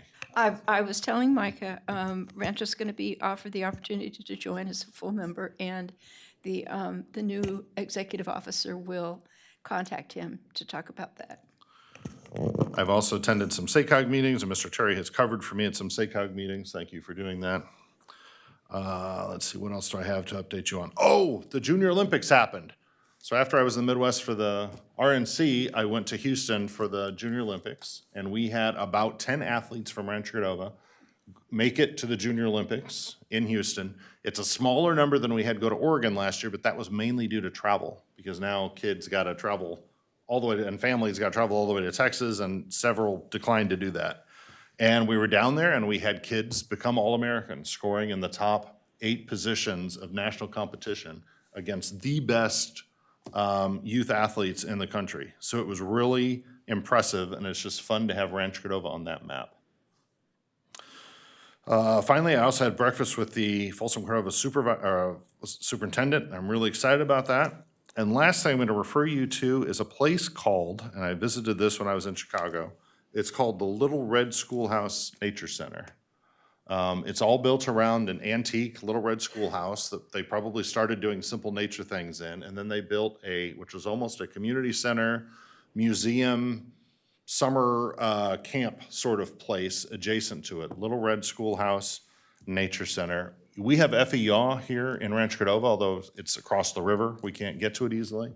But as we think big and long-term along the American River Parkway, we may want to think about something like that, maybe in conjunction with Soborn, maybe in Hagen Park, maybe on land next to Hagen Park. But there's really remarkable opportunity there. I saw it demonstrated probably more clearly there at the Little Red Schoolhouse than anywhere else I've seen it. And that, of course, it was run by a city's parks department, so it was very well done. All right, with that, Micah, call on you for the city manager's report. Thank you, Mayor. I will update a few items, continuing on with some of the topics that we talked about today. One is the pro-youth graduation was great, and I really want to appreciate and kind of remark on the importance of the city staff's commitment to that program and participating with these kids. We had about 6 or 7 interns that were here with us daily that were also part of the pro-youth program, where we had about 25 to 30 students participating in. And I think our technology team helped them with their AI access during those, and all of those different presentations included how do you use AI to actually do improvements in different technologies. And so I think that work doesn't happen without the team and the staff team committed to spending time with the youth, and also us learning about things that are happening within our own city from the youth as well. So really do appreciate the team that was a part of that, and really look forward to all those next summer and doing the same thing next summer, and having all of those students around City Hall during the summer is great. The next is kind of related to the connector conversation, is we did turn on a new signal there this past weekend. So I think you have a new signal at the corner of Chrysanthi and Grant Line. So just be aware, there's a new signal on out there on Grant Line. So as we continue to build out that that road and both the work that's being done by the connector, but also the development that's happening and the access that these new transportation networks are going to provide are a key to the continued growth of the community. And then last, just briefly want to comment on the trash contract and the rate increase that's out in the community right now. We appreciate the comments. It is not related to the new vendor, and so we're actually going to have a conversation on that in September and an update on that transition and the change. But regardless of the vendor selected, that was an increase that was going to happen either way. And so that's not related to selecting one vendor or the other. That was part of the next step in the process. So, but we'll have an update on that for a future council meeting as well in September with that rate increase and get into more details of that. Can you just clarify one other thing about that? Of the proposals that we got, they all were going to be an increase from the current amount that we Correct. have. So this was the first time that we went out to bid in city history. For those who are keeping track, we're 22 years old, 20, no, 20, no. 21? Yep. 21, okay, there you go. 21 years old. First time I ever did an RFP was last year, or earlier this year. And that was the first time we ever got a bid with that. And so we knew that to accommodate whatever contract we were gonna have, that you're gonna need to accommodate it. And I will say the two rates, the two vendors that were left in that were the two most affordable rates in the service they provide that were pretty much dead even in the cost. So and that's it for me. Thank you. All right. Thank you very much, Micah. We're going to move on to consent calendar items. Consent calendar items, this is item number 9 on your agenda. Consent calendar items consist of matters deemed routine and non-controversial by staff. Unless a member of the council wishes to pull an item for individual consideration, all items will be approved by one motion. Are there any items between 9.1 and 9.12 that a council member wishes to pull from the consent calendar? Madam Clerk, is there any public comment? There is no public comment for items on the consent calendar. Then I will move approval of the consent calendar items 9.1 through 9.12. Roll call, please. Councilmember Terry? Aye. You were the second, correct? Thank you. Councilmember Budge? Yes. Councilmember Gatewood? Yep. Vice Mayor Pulapati? Yes. Mayor Sander? Aye. Motion passes. All right, then we are going to move on to consent public hearing items. These are items 10.1 and 10.2. Consent public hearing items consist of matters deemed routine and non-controversial by staff. Unless a member of the council wishes to pull an item for individual consideration, all items will be approved by one motion. I'm going to open the public hearing. Is there any public comment on these items? We have two public comment items that were emailed by Faiza Mughal for item 10.2 and Deb Banks also for item 10.2. Those have been distributed to the council, placed on the city's website, and printed for the public in the back of the council chambers. Okay, no other public comment? I'm going to close the public hearing. Any items the council wishes to pull? Then I'm open for a motion. Hearing none, I'll move approval of items 10.1 through 10.2. Second. Roll call, please. Councilmember Budge? Yes. Councilmember Terry? Aye. Councilmember Gatewood? Aye. Vice Mayor Pulapati? Yes. Mayor Sander? Aye. We will then move on to public hearing items, item number 11, of which there are none, and then regular calendar items, item number 12, of which we have one item. If the clerk could read item 12.1. Zinfandel Drive Bicycle and Pedestrian Overcrossing Art Walk Presentation. Good evening, Mayor Sander and council members. Albert Stricker with the Public Works Department. And I'm thrilled to have the opportunity to bring this topic for your consideration tonight. City of Rancho Cordova is very strategically situated on Freeway 50.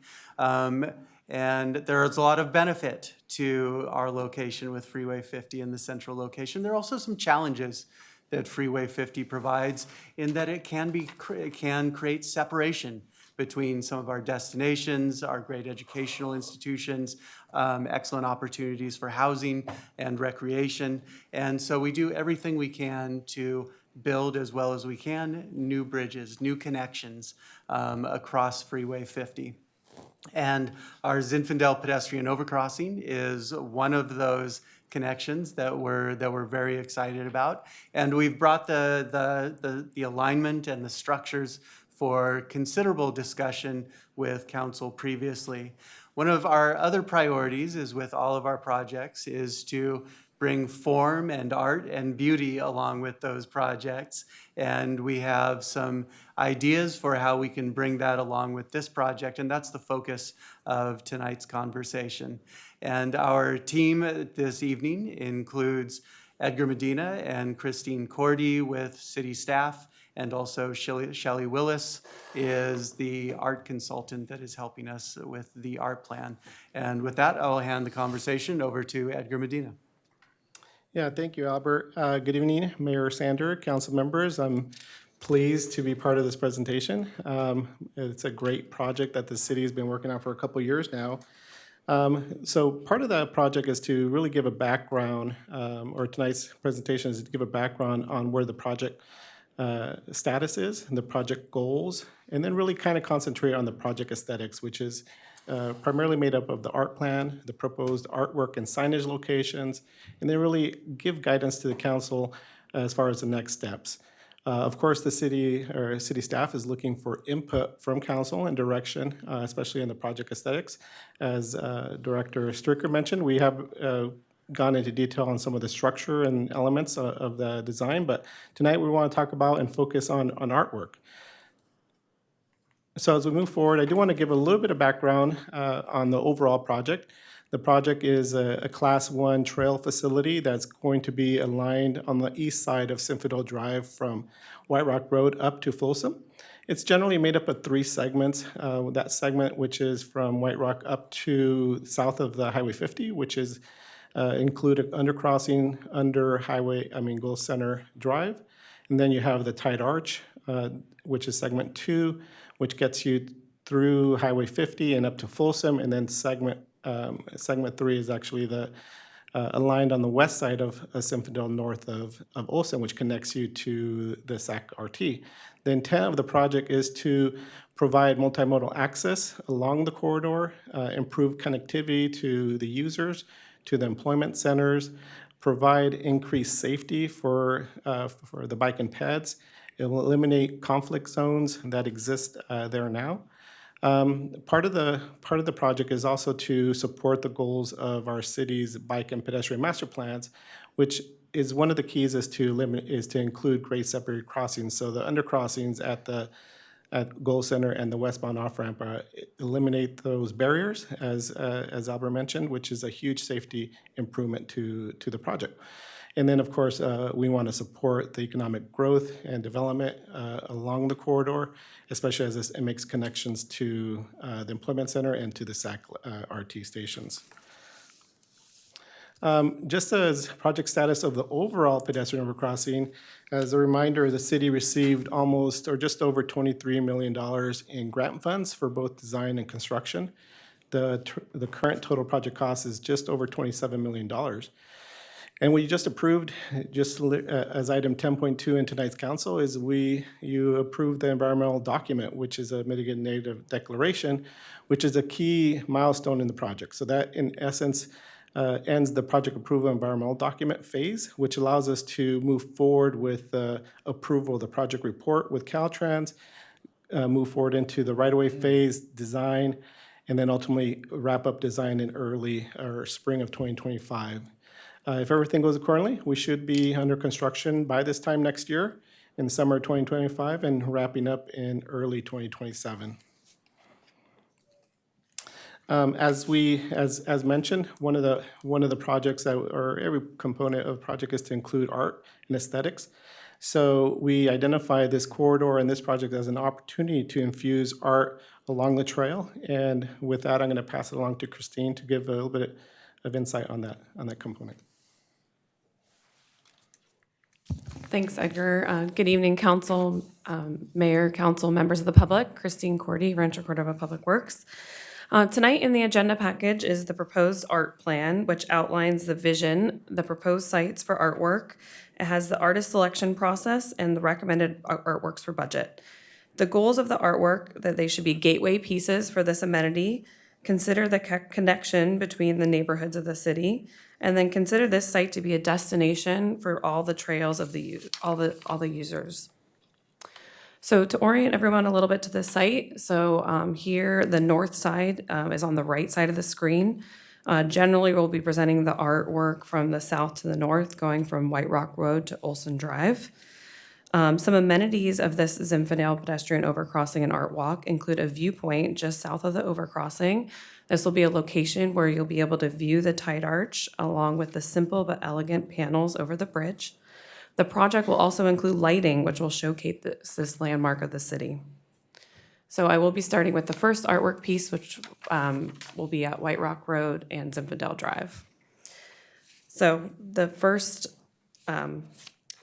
location, as I mentioned, is at the south end. Wait, that's where we put up all our illegal signs. I have some good Photoshop skills. Okay, go ahead. Did you find that in somebody's bed? How much is the giant horse gonna cost, really? So these images are precedent images. They're not. We'll take the giant horse. Sold. That's what, now I only wanna see pictures of the giant horse. It'll be a rocket for Rocket City. Chopped off.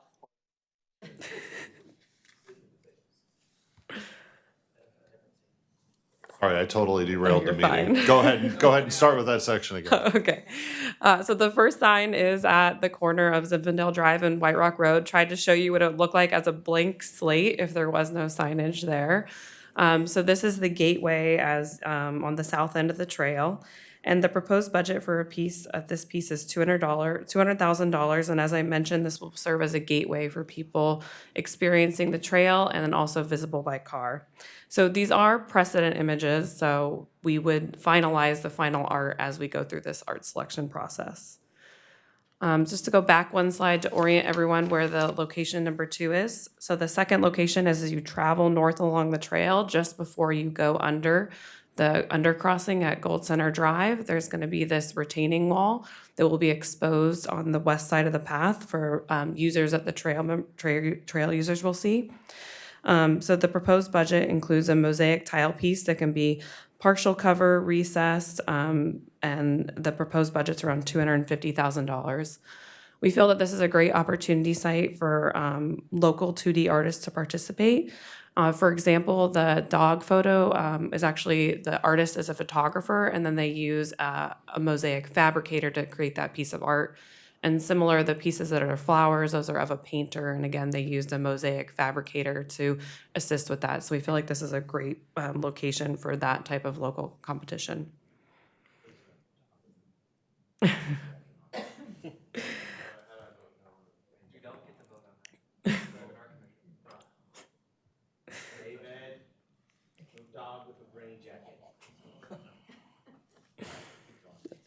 So as you progress north on the trail, after you go over the Tide Arts Bridge over US 50, you reach a loop ramp that descends down to the final undercrossing of US 50 westbound. So the vision for this loop ramp includes a poem integrated into the path that can be seen from the overcrossing and also experienced as you travel down the path. The approach for this location is to use to hire a curator to select a poem and commission the poet.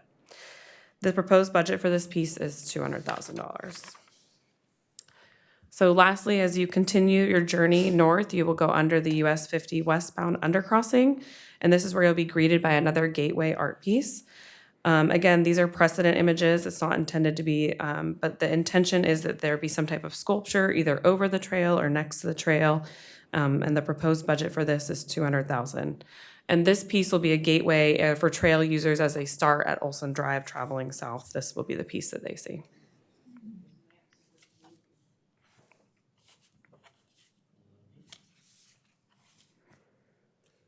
So in the art plan, one of the components includes the artist selection process. So the proposed process includes an open national call for projects with intensive outreach to Rancho Cordova and Sacramento region, and the local artists will be incentivized to apply with a preferential scoring system. The applications will be received and scored internally by an artist selection panel, and that panel is proposed to be comprised of a landscape designer, ARC stakeholder group member, community representative, art professionals, and a city staff representative. So this is a visualization of that art selection process. So we're here tonight to present the art plan for consideration and approval. Once the art plan is approved, there'll be an open call for projects soliciting artist applications. That open call will be for the 3 art projects, and the proposal right now for the poem, it will be performed through a curator process using important poem has deep knowledge of the local poetry committee. As we receive the proposals in, those will go to the art selection committee, who will review and select the finalists. The selected finalists will be paid to develop proposals, which is an industry standard process. And then the art selection committee will meet with those finalists and select a final design and make a recommendation to the city council. And all the final designs will come to the city council for final review for consideration of approval. And the timeline for that is anticipated in spring of 2025. So I'm going to turn it back to Edgar, who's going to go over a little bit more about signage. Yeah, thank you, Christine. Can I ask a question first, Edgar? Yeah.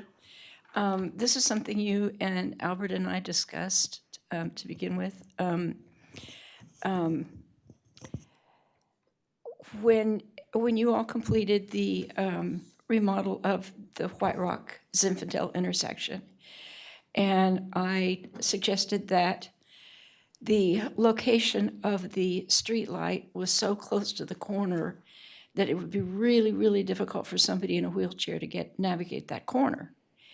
And you were going to talk to the adjacent property owner to see if the street light could be relocated. So I'm assuming at this point you're in negotiations for right-of-way to put this thing, whatever it turns out to be, into that corner. And so perhaps there can be an opportunity for better pedestrian access around that corner than there is currently, or at least better accessible access around that corner than there is currently. Yeah, Councilmember Budge, absolutely. We have been looking at incorporating a better connectivity at that return at the northeast corner. We haven't officially started the right-of-way phase, primarily because Caltrans procedure requires us to approve the environmental document, which we just did a few minutes ago.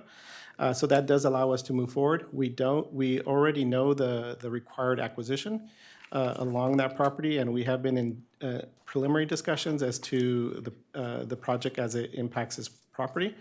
But part of that does include a widening of that return or widening it behind it to make better accessibility for both bike and ped and wheelchair users. And you'll see an image here in a few minutes or in a couple slides of how that might look. It doesn't have quite fleshed out some of the components of the entry points, but it does have kind of the trail connection to it. So with that, definitely proposed signage is another opportunity for us to complement the corridor and really the experience to the various users along the trail. So we have an opportunity to strategically locate some entry signage and some bookend signage along the corridor. And as an example, just as background, the Public Works Department and city and other divisions have been part of a team to design and construct some other entry signage. You see the images on the slide to include the entry on Folsom Boulevard near Bradshaw, and then just south of American River along Sunrise Boulevard. And then also some additional ancillary signage that provides wayfinding opportunities. So these will be complementary to the corridor. We want those elements to be timeless, secondary to the art and the bridge and the landscaping that's going to be presented. And then we have some thoughts of it being a simple frame, legible text. We want people to experience and know that they're in the Art Walk location along Zinfandel Drive, and also to know that they're crossing City of Rancho Cordova or in Rancho Cordova. So down in the proposed signage is some precedent images of what we might think to putting on the bookends, and also some of the signage that might fit in 2 locations. So this is a similar image or map that Christine mentioned earlier. The only difference here is we identified, or I want to highlight, is the brown locations, which is for signage sites. Two, I'm just going to describe on the south end, which is at White Rock Road, and on the north end, Olson, which kind of treats as a bookend for the entries along the art walk. And then the two internal ones, which is right there at Gold Center Drive and on the loop area, just as the westbound off-ramps, is really a much more entry point, place-making opportunity for people to know that they're coming through or in the city of Rancho Cordova. Here is that image that I kind of mentioned, Councilmember Budge, is that we are improving that northeast corner. So that's the number one site on the left-hand side of the slide to really provide a much better connectivity to the street level at White Rock. We're still refining the design, especially some of the artwork or some of the hardscape as it ties into the sidewalk adjacent to Zinfandel. But more of this is kind of give you an illustration of how much wider it's going to be to that connection. And you could kind of orient yourself, this is looking northeast, and that's the Hyatt behind the silhouette of the people. And you can see City Hall just on the right side of that image. But really, this image is really to identify the opportunity for some signage, entry signage to really highlight the fact that you're now in the Zinfandel Art Walk. And then you're going to go out and experience art along the corridor and really have an opportunity to learn and look at something beautiful. I really want to hand this off to the next site, which is to site number 2, to Albert. He had a lot of influence on how we, some thoughts, and I think we have something really amazing to present for site number 2, and I really want to pass it to Albert. Thank you, Edgar. So far, we've been talking about the experience people will have on the trail itself. So we can see a few different experiences. There will certainly be people utilizing this corridor as functionally for travel to access the great dining establishments in Rancho Cordova, or walking to work or walking home on either side of Freeway 50. And we expect that they'll enjoy the art in the 5 or 10 minutes as they're walking across the bridgeway. We also believe that this is going to be a destination for people visiting Rancho Cordova. Whether you're visiting Rancho Cordova and want to see some of the prominent sites in Rancho Cordova, or maybe it's an art class where people come and spend a couple hours enjoying the great art examples that we have here. And we're also aware there's going to be another much shorter experience. Millions of people travel through Freeway 50 each year and through Rancho Cordova and don't know that they're in Rancho Cordova. And with completion of this project, we'll have this iconic tide arch bridge structure. And we want people to enjoy that for the beautiful form that will be, and also to know that they're in the city of Rancho Cordova. And so as we've traveled around California and beyond, we've been looking at how do different communities identify themselves on freeways. And we've come up with a very, I think, classic and timeless design with a kind of a unique feature, lighted feature. And Edgar is going to tell us more about how we're going to be identifying the city of Rancho Cordova, visible not only from the walkway itself, but also by millions of people traveling through on Freeway 50 through Rancho Cordova. To Christine, please, sorry. Yeah. Thanks, Albert. So expanding on experiences, so the previous view showed how vehicles will be experiencing this sign and landmark bridge.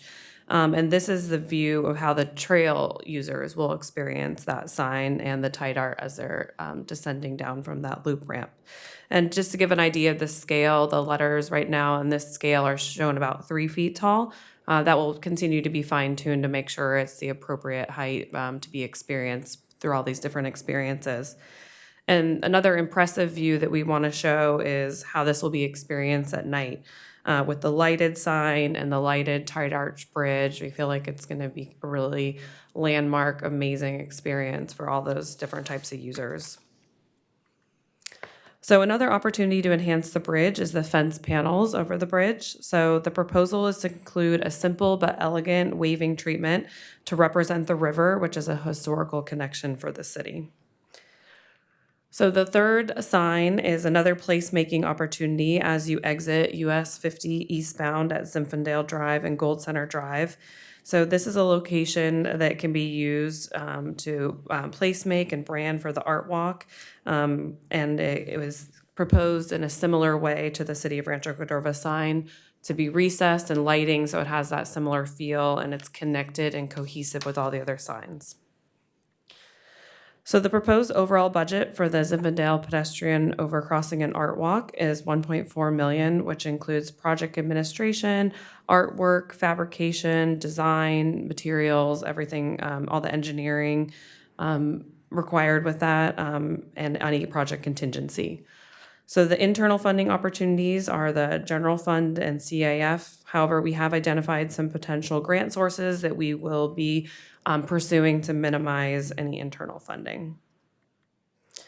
So the proposed project schedule, Edgar did go over it a little bit for the Zinfandel pedestrian overcrossing. So we are ongoing with our design and environmental work for the project, with construction estimated breaking ground in summer 2025 and project completion in early 2027. The construction project will accommodate the foundational work for the art, such as the foundations and the lighting. And the proposed schedule for the artwork is being coordinated in parallel with the larger project, with the proposed artwork installations sometime around 2026. So in summary, we're here tonight to receive council input on the proposed artwork, signage, and project aesthetics. Our next steps will be incorporating city council feedback, applying for grants, working to identify funding sources, and incorporating the $1.4 million into our budget updates. And then today we are also seeking approval of the art plan so we can issue the artist's requests for qualifications. And a couple future city council updates that we will be back for is bringing back the proposed budget and approving that final funding sources for this project. And then we will be bringing back the final art selection and then the construction award for the larger pedestrian overcrossing.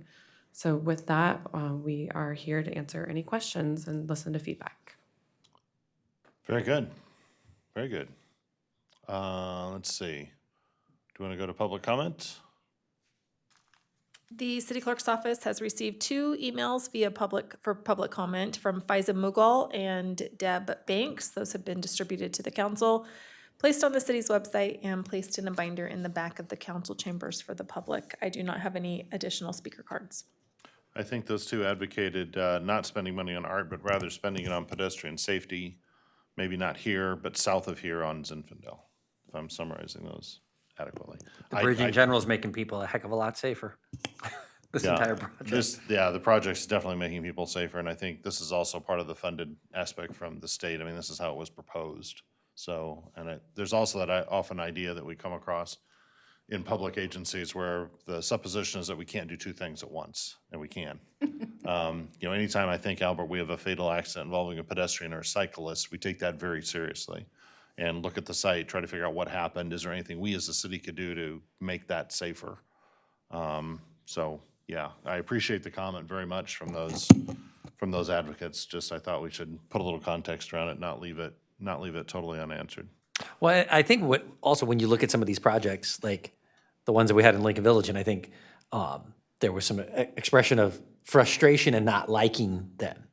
And then the question was, well, who's the one that's complaining? It's the drivers that want to drive faster and be able to make turns easier. And that's exactly why we put those things in, is to slow them down so that they don't hit kids going to school and cyclists and everybody else, which is, again, what this project is for. But, a standard in general, at least within this state, if not this side of the country, I would say, is when you do larger infrastructure projects like this, that you incorporate art and other things into them. I want to say the county I think it's the county has a 2% rule of any of them. That's why you get the big red rabbits and stuff like that at the airport when they do it, because they include these things. So I think this is a fantastic. It was interesting because as I was looking at all of this, and you hadn't gotten to the lighted sign, I was like, what kind of lighting are you going to put in? So I loved how you finished with that, because that was going to be my only question until you got there. But no, I think it's going to be a fantastic project. I never noticed until just now that it was like a woven, how did you describe it? Tied arch. A tied arch. So even right after the 4th of July, I took my sons and we went into the bay escape the 115-degree weather that we were having here. And as we're driving in and we got to Berkeley, I started pointing at those footbridges and I said, we're going to build something just like that, but it'd actually be just a little bit different. But I was pointing to him saying, like, if you want to know what kind of bridge we're going to get in a few years, it's going to look just like these ones as we were driving in on 80. So this is an exciting project. I swear, when our former city manager said that we were going to go after this and we kind of started to propose it, when he sent us a text message saying that we got the funding for this, I thought he was messing with me. I thought this was the biggest pie in the sky, like moonshot. We are never going to get money to build another bridge just for, we're going to have to pay for this ourselves. We're going to come with this plan and someday we were going to use our own money to pay for the whole damn thing. I remember you at the meeting when we were discussing I'm whether to put the application in or not. I remember. Yeah, and I remember sure, go ahead. We're never going to get that money. I didn't think we were going to get it either. So, yeah, I mean, and we got it, I think, right before kind of some state budget cuts and other things are coming. So this is fantastic. It's going to be a great project. Thanks for all of the work that you're doing. These enhancements of the art, I remember us briefly describing them too, but honestly, I didn't put a lot of hope that we were ever going to get this funding, so I didn't put a lot of brain cells behind it when we did it. So I'm glad we included this stuff too. So great job. And I'm happy to make a motion whenever anybody wants one. Linda, Garrett, Siri, any other comments? I've got a few. I'm just going to hold mine to the end. Go ahead. All right, so I'm not an art person. We've all established that. I like black and white. I'm an IT guy. Numbers make sense to me. My only question, and I don't know if it's able to do it, can we put the sign that you've entered Rancho Cordova underneath the bridge? So when you drive up, Clearance. that's what my only thing would be. Is there a way that I can append it? Because I've driven into, is it Elk Grove or Stockton that has the weird deer in the front that, when you They have drive one in? on the bridge, not under it. And I was wondering if we could get it, our name, so it'd be like, yeah, you're in Rancho. Because I hate how we have a tree that blocks our sign over here, and I hate how Gold River, we haven't absorbed it yet, so we can put a sign over there so you can see the sign. I just want you not to have to look to the right, but you go under the overpass and you see on the bridge, it's Rancho Cordova. The difference is that the one that you're talking about was a new bridge. This isn't a new bridge, so you can't put something under it or you're changing they could probably explain it better, but. Can we put it above? Somewhere above? Albert, can you describe any other Caltrans restrictions on how you sign something? And to be frank, if you look at Rippon's sign as you go in there on 99, it's on the side like that, and it's a great looking sign. I'm not saying it's not. I'm just saying if I was to choose something, one thing, because once again, I don't know artwork, and they're like, we're going to use this. And I'm like, yep, art. But I know Rancho Cordova and naming stuff, and this is going to be the only Rancho Cordova bridge we have, because they're going to know this when they pass it. And my wife that's her favorite thing, is to take pictures of bridges, and some of the iconic ones that you go under has their name of the city on it. Yeah, Rancho Cordova Parkway is going to be a new one. That Right. would be high enough that you could do To do that. But if this one's not high enough, you can just tell me no. But, up there in the top, very top, at the high part, we could put our name. We could put it on the top of the bridge, could fly it over. Tacky. It's not tacky. It's lit up in the middle of the night. Listen, it's eye candy. We'll write it in hexadecimal. He'll be happy. Hey. Actually, I'm wrong. I was thinking of the Zinfandel height of it, putting it there, but you're saying this bridge, so it is new, and I guess there would be enough room, but. There are certainly cities that have put their name on the bridge. One of the things that we have to balance is the simple, elegant nature of the bridge itself. And so one of the reasons that we've gone with quite a more elegant and simplified Are you panels. trying to say my stuff is not elegant and simple? Listen, sir, that is a bad justification. Did Reading put their name on the Sundial Bridge? No, they didn't. No one knows where that is. Is the Rancho Bridge, can we put our name on the Rancho Bridge? Technically. Yes, we could. Okay. Just saying, let's not rule it out. I know it's not super tacky. Listen, Linda, I can just see it in your eyes, tackiest thing I've ever seen in my life. We could call it the Big R Bridge. You want to put some tinsel on it too? Oh, you know what? I would love some tinsel. That's my idea. Last piece. So, that one's not a go. I can tell everyone it's not sophisticated enough for all you people. All right? I'm just plain person from Rancho. Can I automate or computerize any of this? Can we put more AI technology to where I can do stuff? Because I saw it on the San Francisco Bridge to the arches and stuff that where they can we can put in more different types of LEDs or spells things with it or do anything cool with it, like show a video.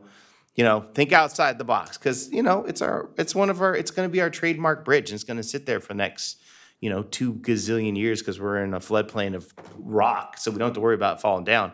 It'd be cool if we could integrate, because I know art is most of the art I'm seeing isn't technology based, but there's so much new stuff out there. Maybe we could look at some of the artwork that comes with technology and kind of integrate this into it. There's definitely a huge opportunity, and we're planning to have the ability. So this image just shows a white light, but we will have LEDs that are multicolor, and there's certainly the ability Yes. to have different themes. If the Kings win a big game, or if Or the we're- Rancho Republic. or the Rancho Cordova Republic, or any particular holiday that's represented by different colors. Can we have a spotlight that we could have like a video like screen or something like to the side? Ooh. How much is a beam? We could certainly look into a beam. There are some challenges with video. Can be challenging because I know it could be but I know I saw at one time or they still do it. The hotel has that thing on the side that no one can figure out what the heck is going on there. But all of a sudden that you're driving on the freeway and all of a sudden there's a video on the side. Yeah, and you're like, I mean, no, still tacky. I'm telling you. No, that's really quite cool. The problem was they never got it approved. Listen, I didn't mean to bring up a sore subject, but I was saying the stuff that we could approve, if there's a way that we can integrate more, because we are trying to become known for AI and AI technology and AI research. We may be pulling some pretty big AI research development communities into Rancho Cordova. It would be cool if there's some way to integrate that. Even to the point where we had something with lights that kids could program and use AI to kind of to color it or color the roads or do something with it. Just try not to think in basic artwork that's, hard metal or a giant horse head or some sort of weird bee. If we could do something, weird stacks of furniture up to the ceiling. No one knows what you're doing. What are you doing, Sac Metro? No one understands that. But it's so weird. It's ugly. Anyways, but let's see if we can integrate some technology in it when we're talking to the artists. I would really appreciate that, since I'm not going to get my Rancho Cordova over the middle of it. But don't rule it out. Like there's a tech girl here. She also wants tech integrated into this amazingness. All right, that's it. Thank you. Linda's got a plan for 3 beams on the arch, so Linda, Are we going 3 what do you beams, think? Linda? I like where this is going. Coming down to earth. Oh. So art is subjective, and so I'm not going to comment on horse heads and this and that and the other. But I appreciate the concept that local artists would get preference, because we really want to avoid the criticism that Wide Open Walls is getting downtown, where in Sacramento, where there are way too many out of state, out of city, out of country artists. We need this to be local, and it has nothing to do with limiting our imaginations or anything like that. We need to focus on our local artists. Some of the media that you talked about are things that we have local artists who are absolute pros at.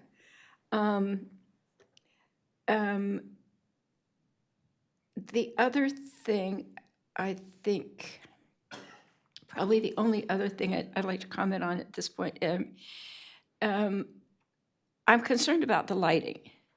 But I'm concerned about the lighting because ever since the mine shaft went in decades ago, I've been concerned about what we put on the sides of the road that is a distraction to the motoring public.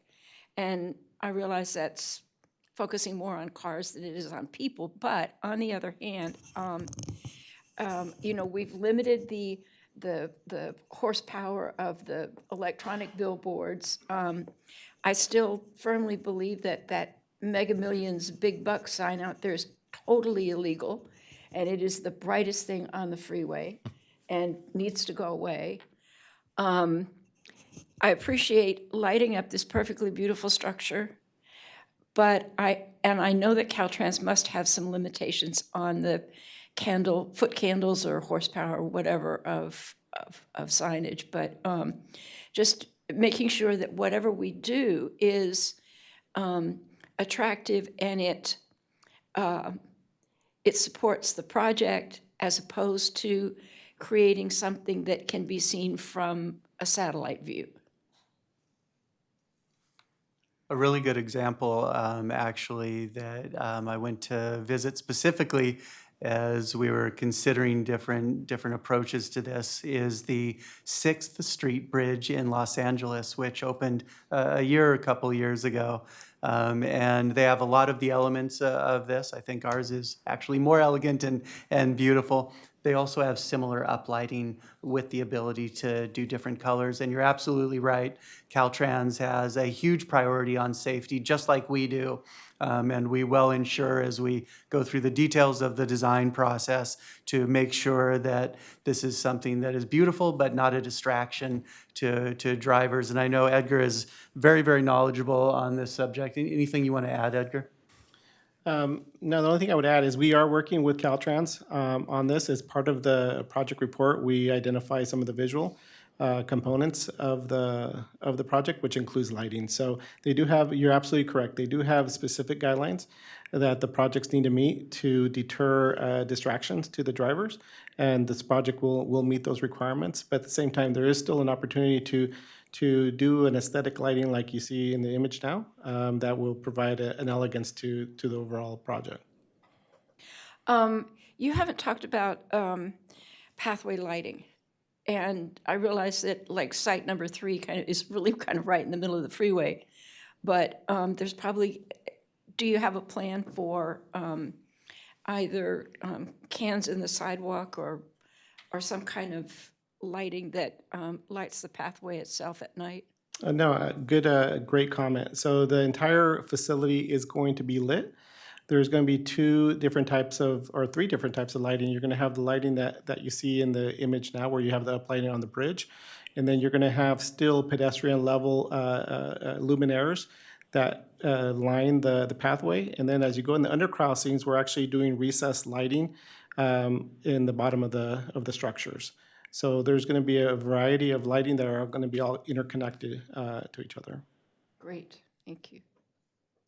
I would just point out that the in-ground recessed lighting, I managed a couple of jobs ago. I was responsible for some buildings and stuff, and I will tell you that those got vandalized quite a bit. So overhead stuff, maybe even taking a note from the tunnel from the Holiday Inn there over to Old Sac, the lighting that they did in there. I think Michael Sesak was involved with that installation, but when they added the music and then they put in the multicolor lights and the other stuff under there, but a lot of that was above head, which was a little bit more protected from people with time and a hammer and stuff, if you know what I mean. So yeah.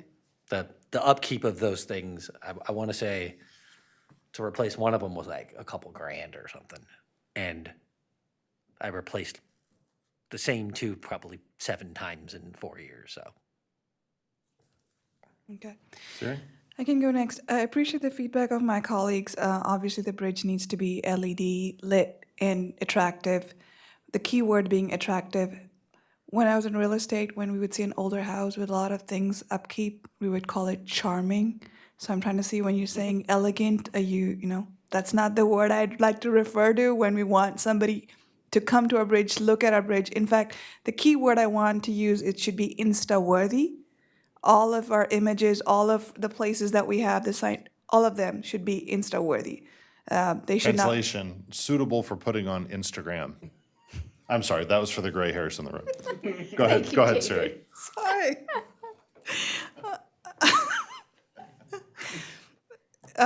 Okay, so yeah, it's like bright colors, you know, and not something that blends into the background, not like metalwork, which, you know, you like a Welcome Rancho Cordova, which I've probably not noticed a gazillion times. I don't think anybody that enters or goes out of the city notices that kind of elegant signs or images or posts, but something that's attractive. In fact, like the Sundial Bridge, I mean, people go there just to see the bridge. So we need something like that. That not only are we building, but also people are coming to our city to view this, to, you know, have a relaxing evening, to spend some day, get some content creation, bring revenue to the city, you know, shop at our retail, eat at a restaurant. So this should be something that attracts people and also a place for our city residents to go to. Thanks. David, can I add one? Sure. One small item. When you've talked about the new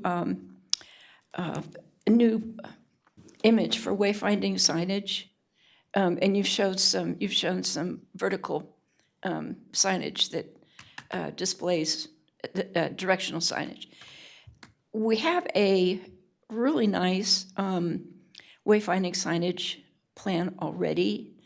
So my question is, do we really want to change that image? Kind of like, you know, not losing the brand. It's always struck me, I know why they did it, but it's always struck me that Citrus Heights, it's a little bit glaring when you have one kind of wayfinding signage all over Citrus Heights, but then in that stretch by Sunrise Mall, they went with a completely different image, color palette, et cetera. And it's always struck me as just a little bit odd. And so we just want to think about whether we want to continue using something that's already very successful or change. All right. Well, I got a few comments that will build on what my colleagues have said, but maybe also add a little bit too, I hope. So, you know, we set out to do this and try to make this a destination spot, not unlike the Sundial Bridge or another place that draws people simply to, you know, strangers, people coming through our community, traveling around, say, oh, I need to stop and see this thing because it's cool. I think the art nature of this, originally we kicked around even like a history of Rancho Cordova element to this, and I think we've settled on the right thing. Art is what makes this truly unique spot. So then the question is, as we build it, how do you maximize that? Because that's quite a challenge trying to be a destination. You can't just, you know, throw something up and you can call it a destination, but it won't actually be one unless it is truly something unique and special. So that means you got to get people talking about it. It has to be Insta-worthy so that people share it, right? And then want to go there to get their own photo with it and be more Insta-worthy themselves. So the art nature of this also, to me, means we've got to think about how can we leverage it going forward. Like if you were going to have an art event here, what would that look like, feel like, need? Like one special day of the year, we're gonna do something, I don't know what it is, I'm not the brainchild of all, you know, particular art events. You're gonna do chalk painting, or you're gonna do a kid's art exhibit, or you're gonna have a sculpture garden expo along the path. How do you do that? What do you need to do that? Do you need electricity? What's the lighting requirement for that? Is there a place where people have to gather as part of that? How does that function? You know, it's a utility question in part. Like, how do we best make use of this? Think of it like maybe an outdoor gallery. So an example I can think of is at Notre Dame, they built a new School of Architecture. They have a new law school. There was like a detention basin there, and they decided to make that, put an art gallery at one end of that spot, and then behind it have an art walk around the detention basin. And it's very interactive, and their goal was to make it look as natural as possible. So there are paths, but you don't necessarily see them from a distance, you just see the natural form. But when you're there, you see the art, you know, in place. And in some cases, it's really obvious, other cases, it's almost hidden. So I think there's a lot of examples. That's just the one that popped to mind because I saw it recently. But I think there's a lot of examples of that, and maybe we could be a little informed in terms of how the, you know, like the apron areas of the path ought to be treated for different types of uses. So one thought literally was, you know, we called this the Art Walk, right? I think that's a great branded name. Do we want that to be seen from Highway 50, like Art Walk, City of Rancho Cordova? Should that appear somewhere so that everybody driving by on Highway 50 says, oh, Rancho Cordova has this Art Walk? Or someone looking for it can easily find it. I mean, maybe just branding, like the City of Rancho Cordova, if we had Art Walk somehow incorporated here somewhere, that might be a big bang all by itself. Because now you think about Rancho Cordova, whatever you thought about us, now you got to think, oh, they've got this great Art Walk bridge. So I think, you know, we've got to aim really high, and then all the elements of this project then come into consideration. So for example, the one image you had here, you can see it here on the left, there's that fence, right? The typical fence that borders Highway 50 and keeps the highway safe and keeps people off of it. Can we art the fence? Can you art the fence? I mean, if not from the freeway side, so we don't distract people, can you art the fence on the pedestrian side? You know, so they see something, or something is lit only that direction off of that fence. It could still provide its function, but it would then be an enhancement of the art. Could we literally put art on the fence? Like, could you have an art the fence event every year? And you'd have artists compete to get their art hung on the fence, something like that. Same thing for the fence going over the bridge. You know, what structure should that fence have so that it could engage art or hang art or support art? Because you might have a walk across there and the art was actually displayed on the bridge. That's just a thought. We could think of this thing as like a linear sculpture garden, all the way from White Rock up to Olson. So maybe now, you know, we have identified 4 big art sites, but maybe eventually there's 20 art sites. Some of them are, you know, on the slope on the right here. Some of them maybe share the space of art number 3 here on the left. Some of them along that path as you go up and down Zinfandel. Some of them are on the wall where there's a big wall. Some of them might just be in the tunnel. But there's additional, or tunnels, there's additional art spots here. And then I think probably biggest bang for the buck, because everything I just mentioned might need more money. And if that's the case, I think you should come back to us and ask for that. Because if this is a part of our art strategy, which I think obviously it has to be, we'd be foolish not to, we should find additional resources to art it properly, you know, to get it set up properly to function. So if we were gonna save $1 million, but we couldn't properly light it when we needed to, that would be foolish, I think, in the long run. A lot of the discussions here in the room are about light, and I think that's definitely the right angle to go here. Colors of light are pretty cool. You can imagine Christmas colored light, or Valentine's Day light, or King's One light, or Lancers One, so the bridge is red, or the St. Louis Cardinals one, so the bridge is red and white.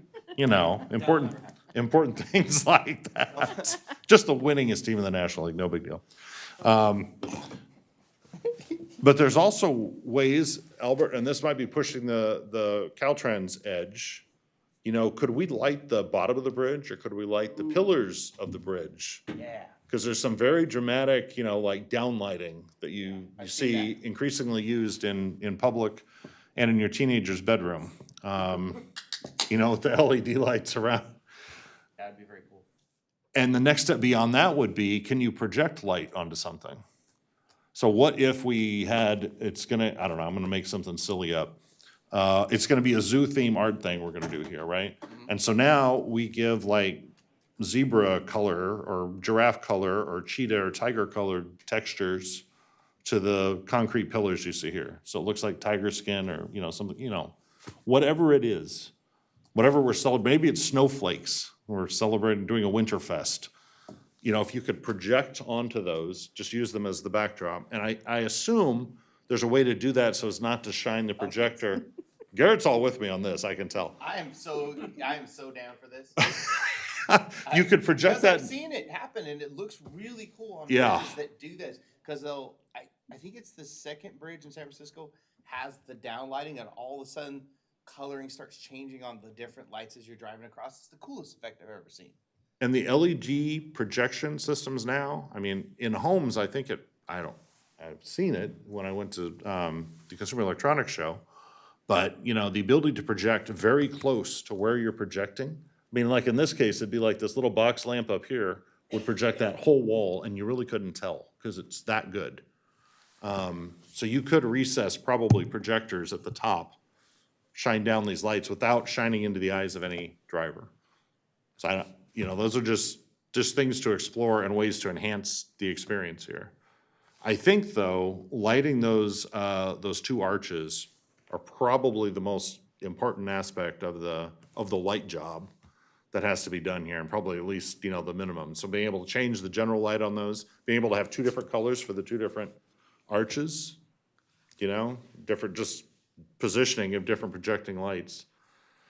Lighting the wires, you know, the same light cascade that hits the things above would also light the wires for someone visualizing it. And then if you really want to go over the top, you would put some sort of LED feature into the actual fences on either side. I think we had an image here where there was sort of like a wave pattern in it. What if the wave pattern lit? You know, had an LED element in it that lit. Don't know if that's gonna violate Fiber, that's just plain fiber. Caltrans. It's not very expensive technology anymore, you know, it's all over the place. These, the LED light applications are just absolutely incredible now. I feel like a design committee may need to be put together because you got one person here that wants to do a lot of lights and somebody over here that's concerned about the lights that are just in this picture. So between, and I would just remind, can we bring back the timeline? That this council is gonna get another bite at this apple? No. We will. One more.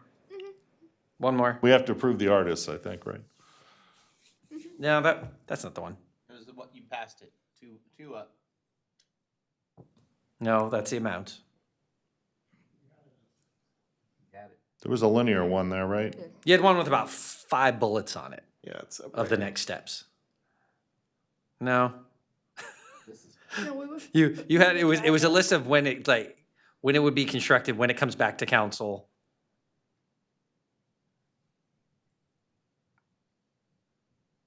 That one. Yeah, there was That's one. the timeline. I thought there was one more past that where it said, Yeah, this is the last slide here. is it? Okay, okay.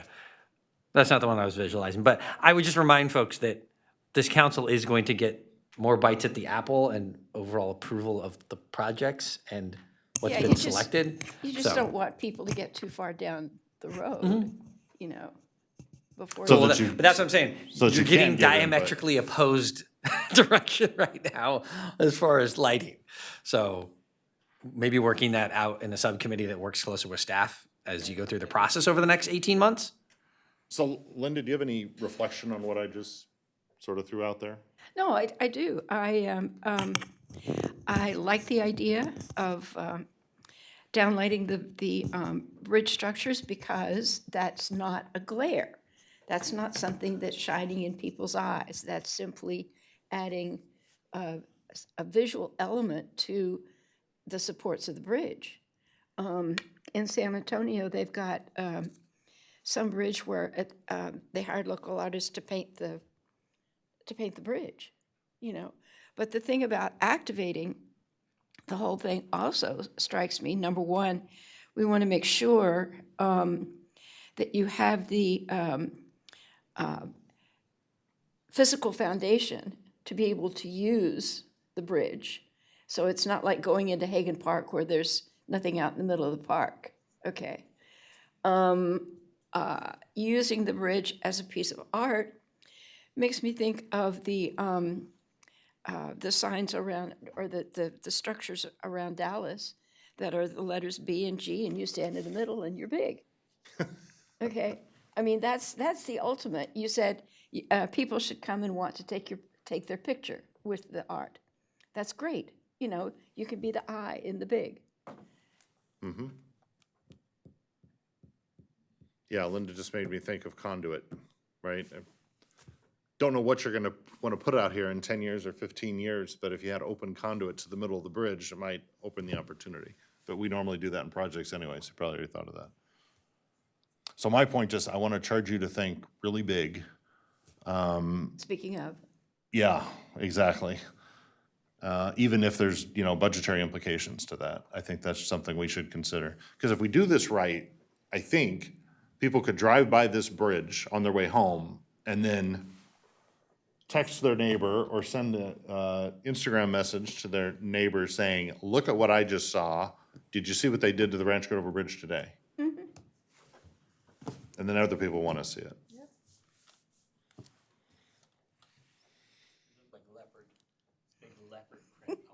Yeah, I mean, you could. Palm You could. trees.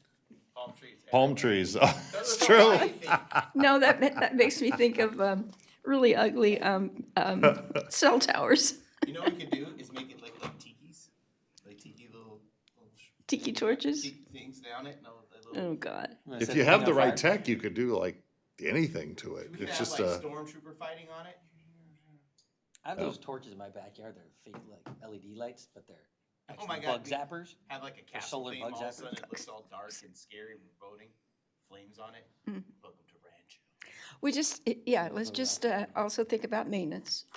Let's be kind to the guys and think about maintenance. Yep, maintenance They is have an to issue. get up on a real scary ladder and replace the one bulb that's off in the right corner.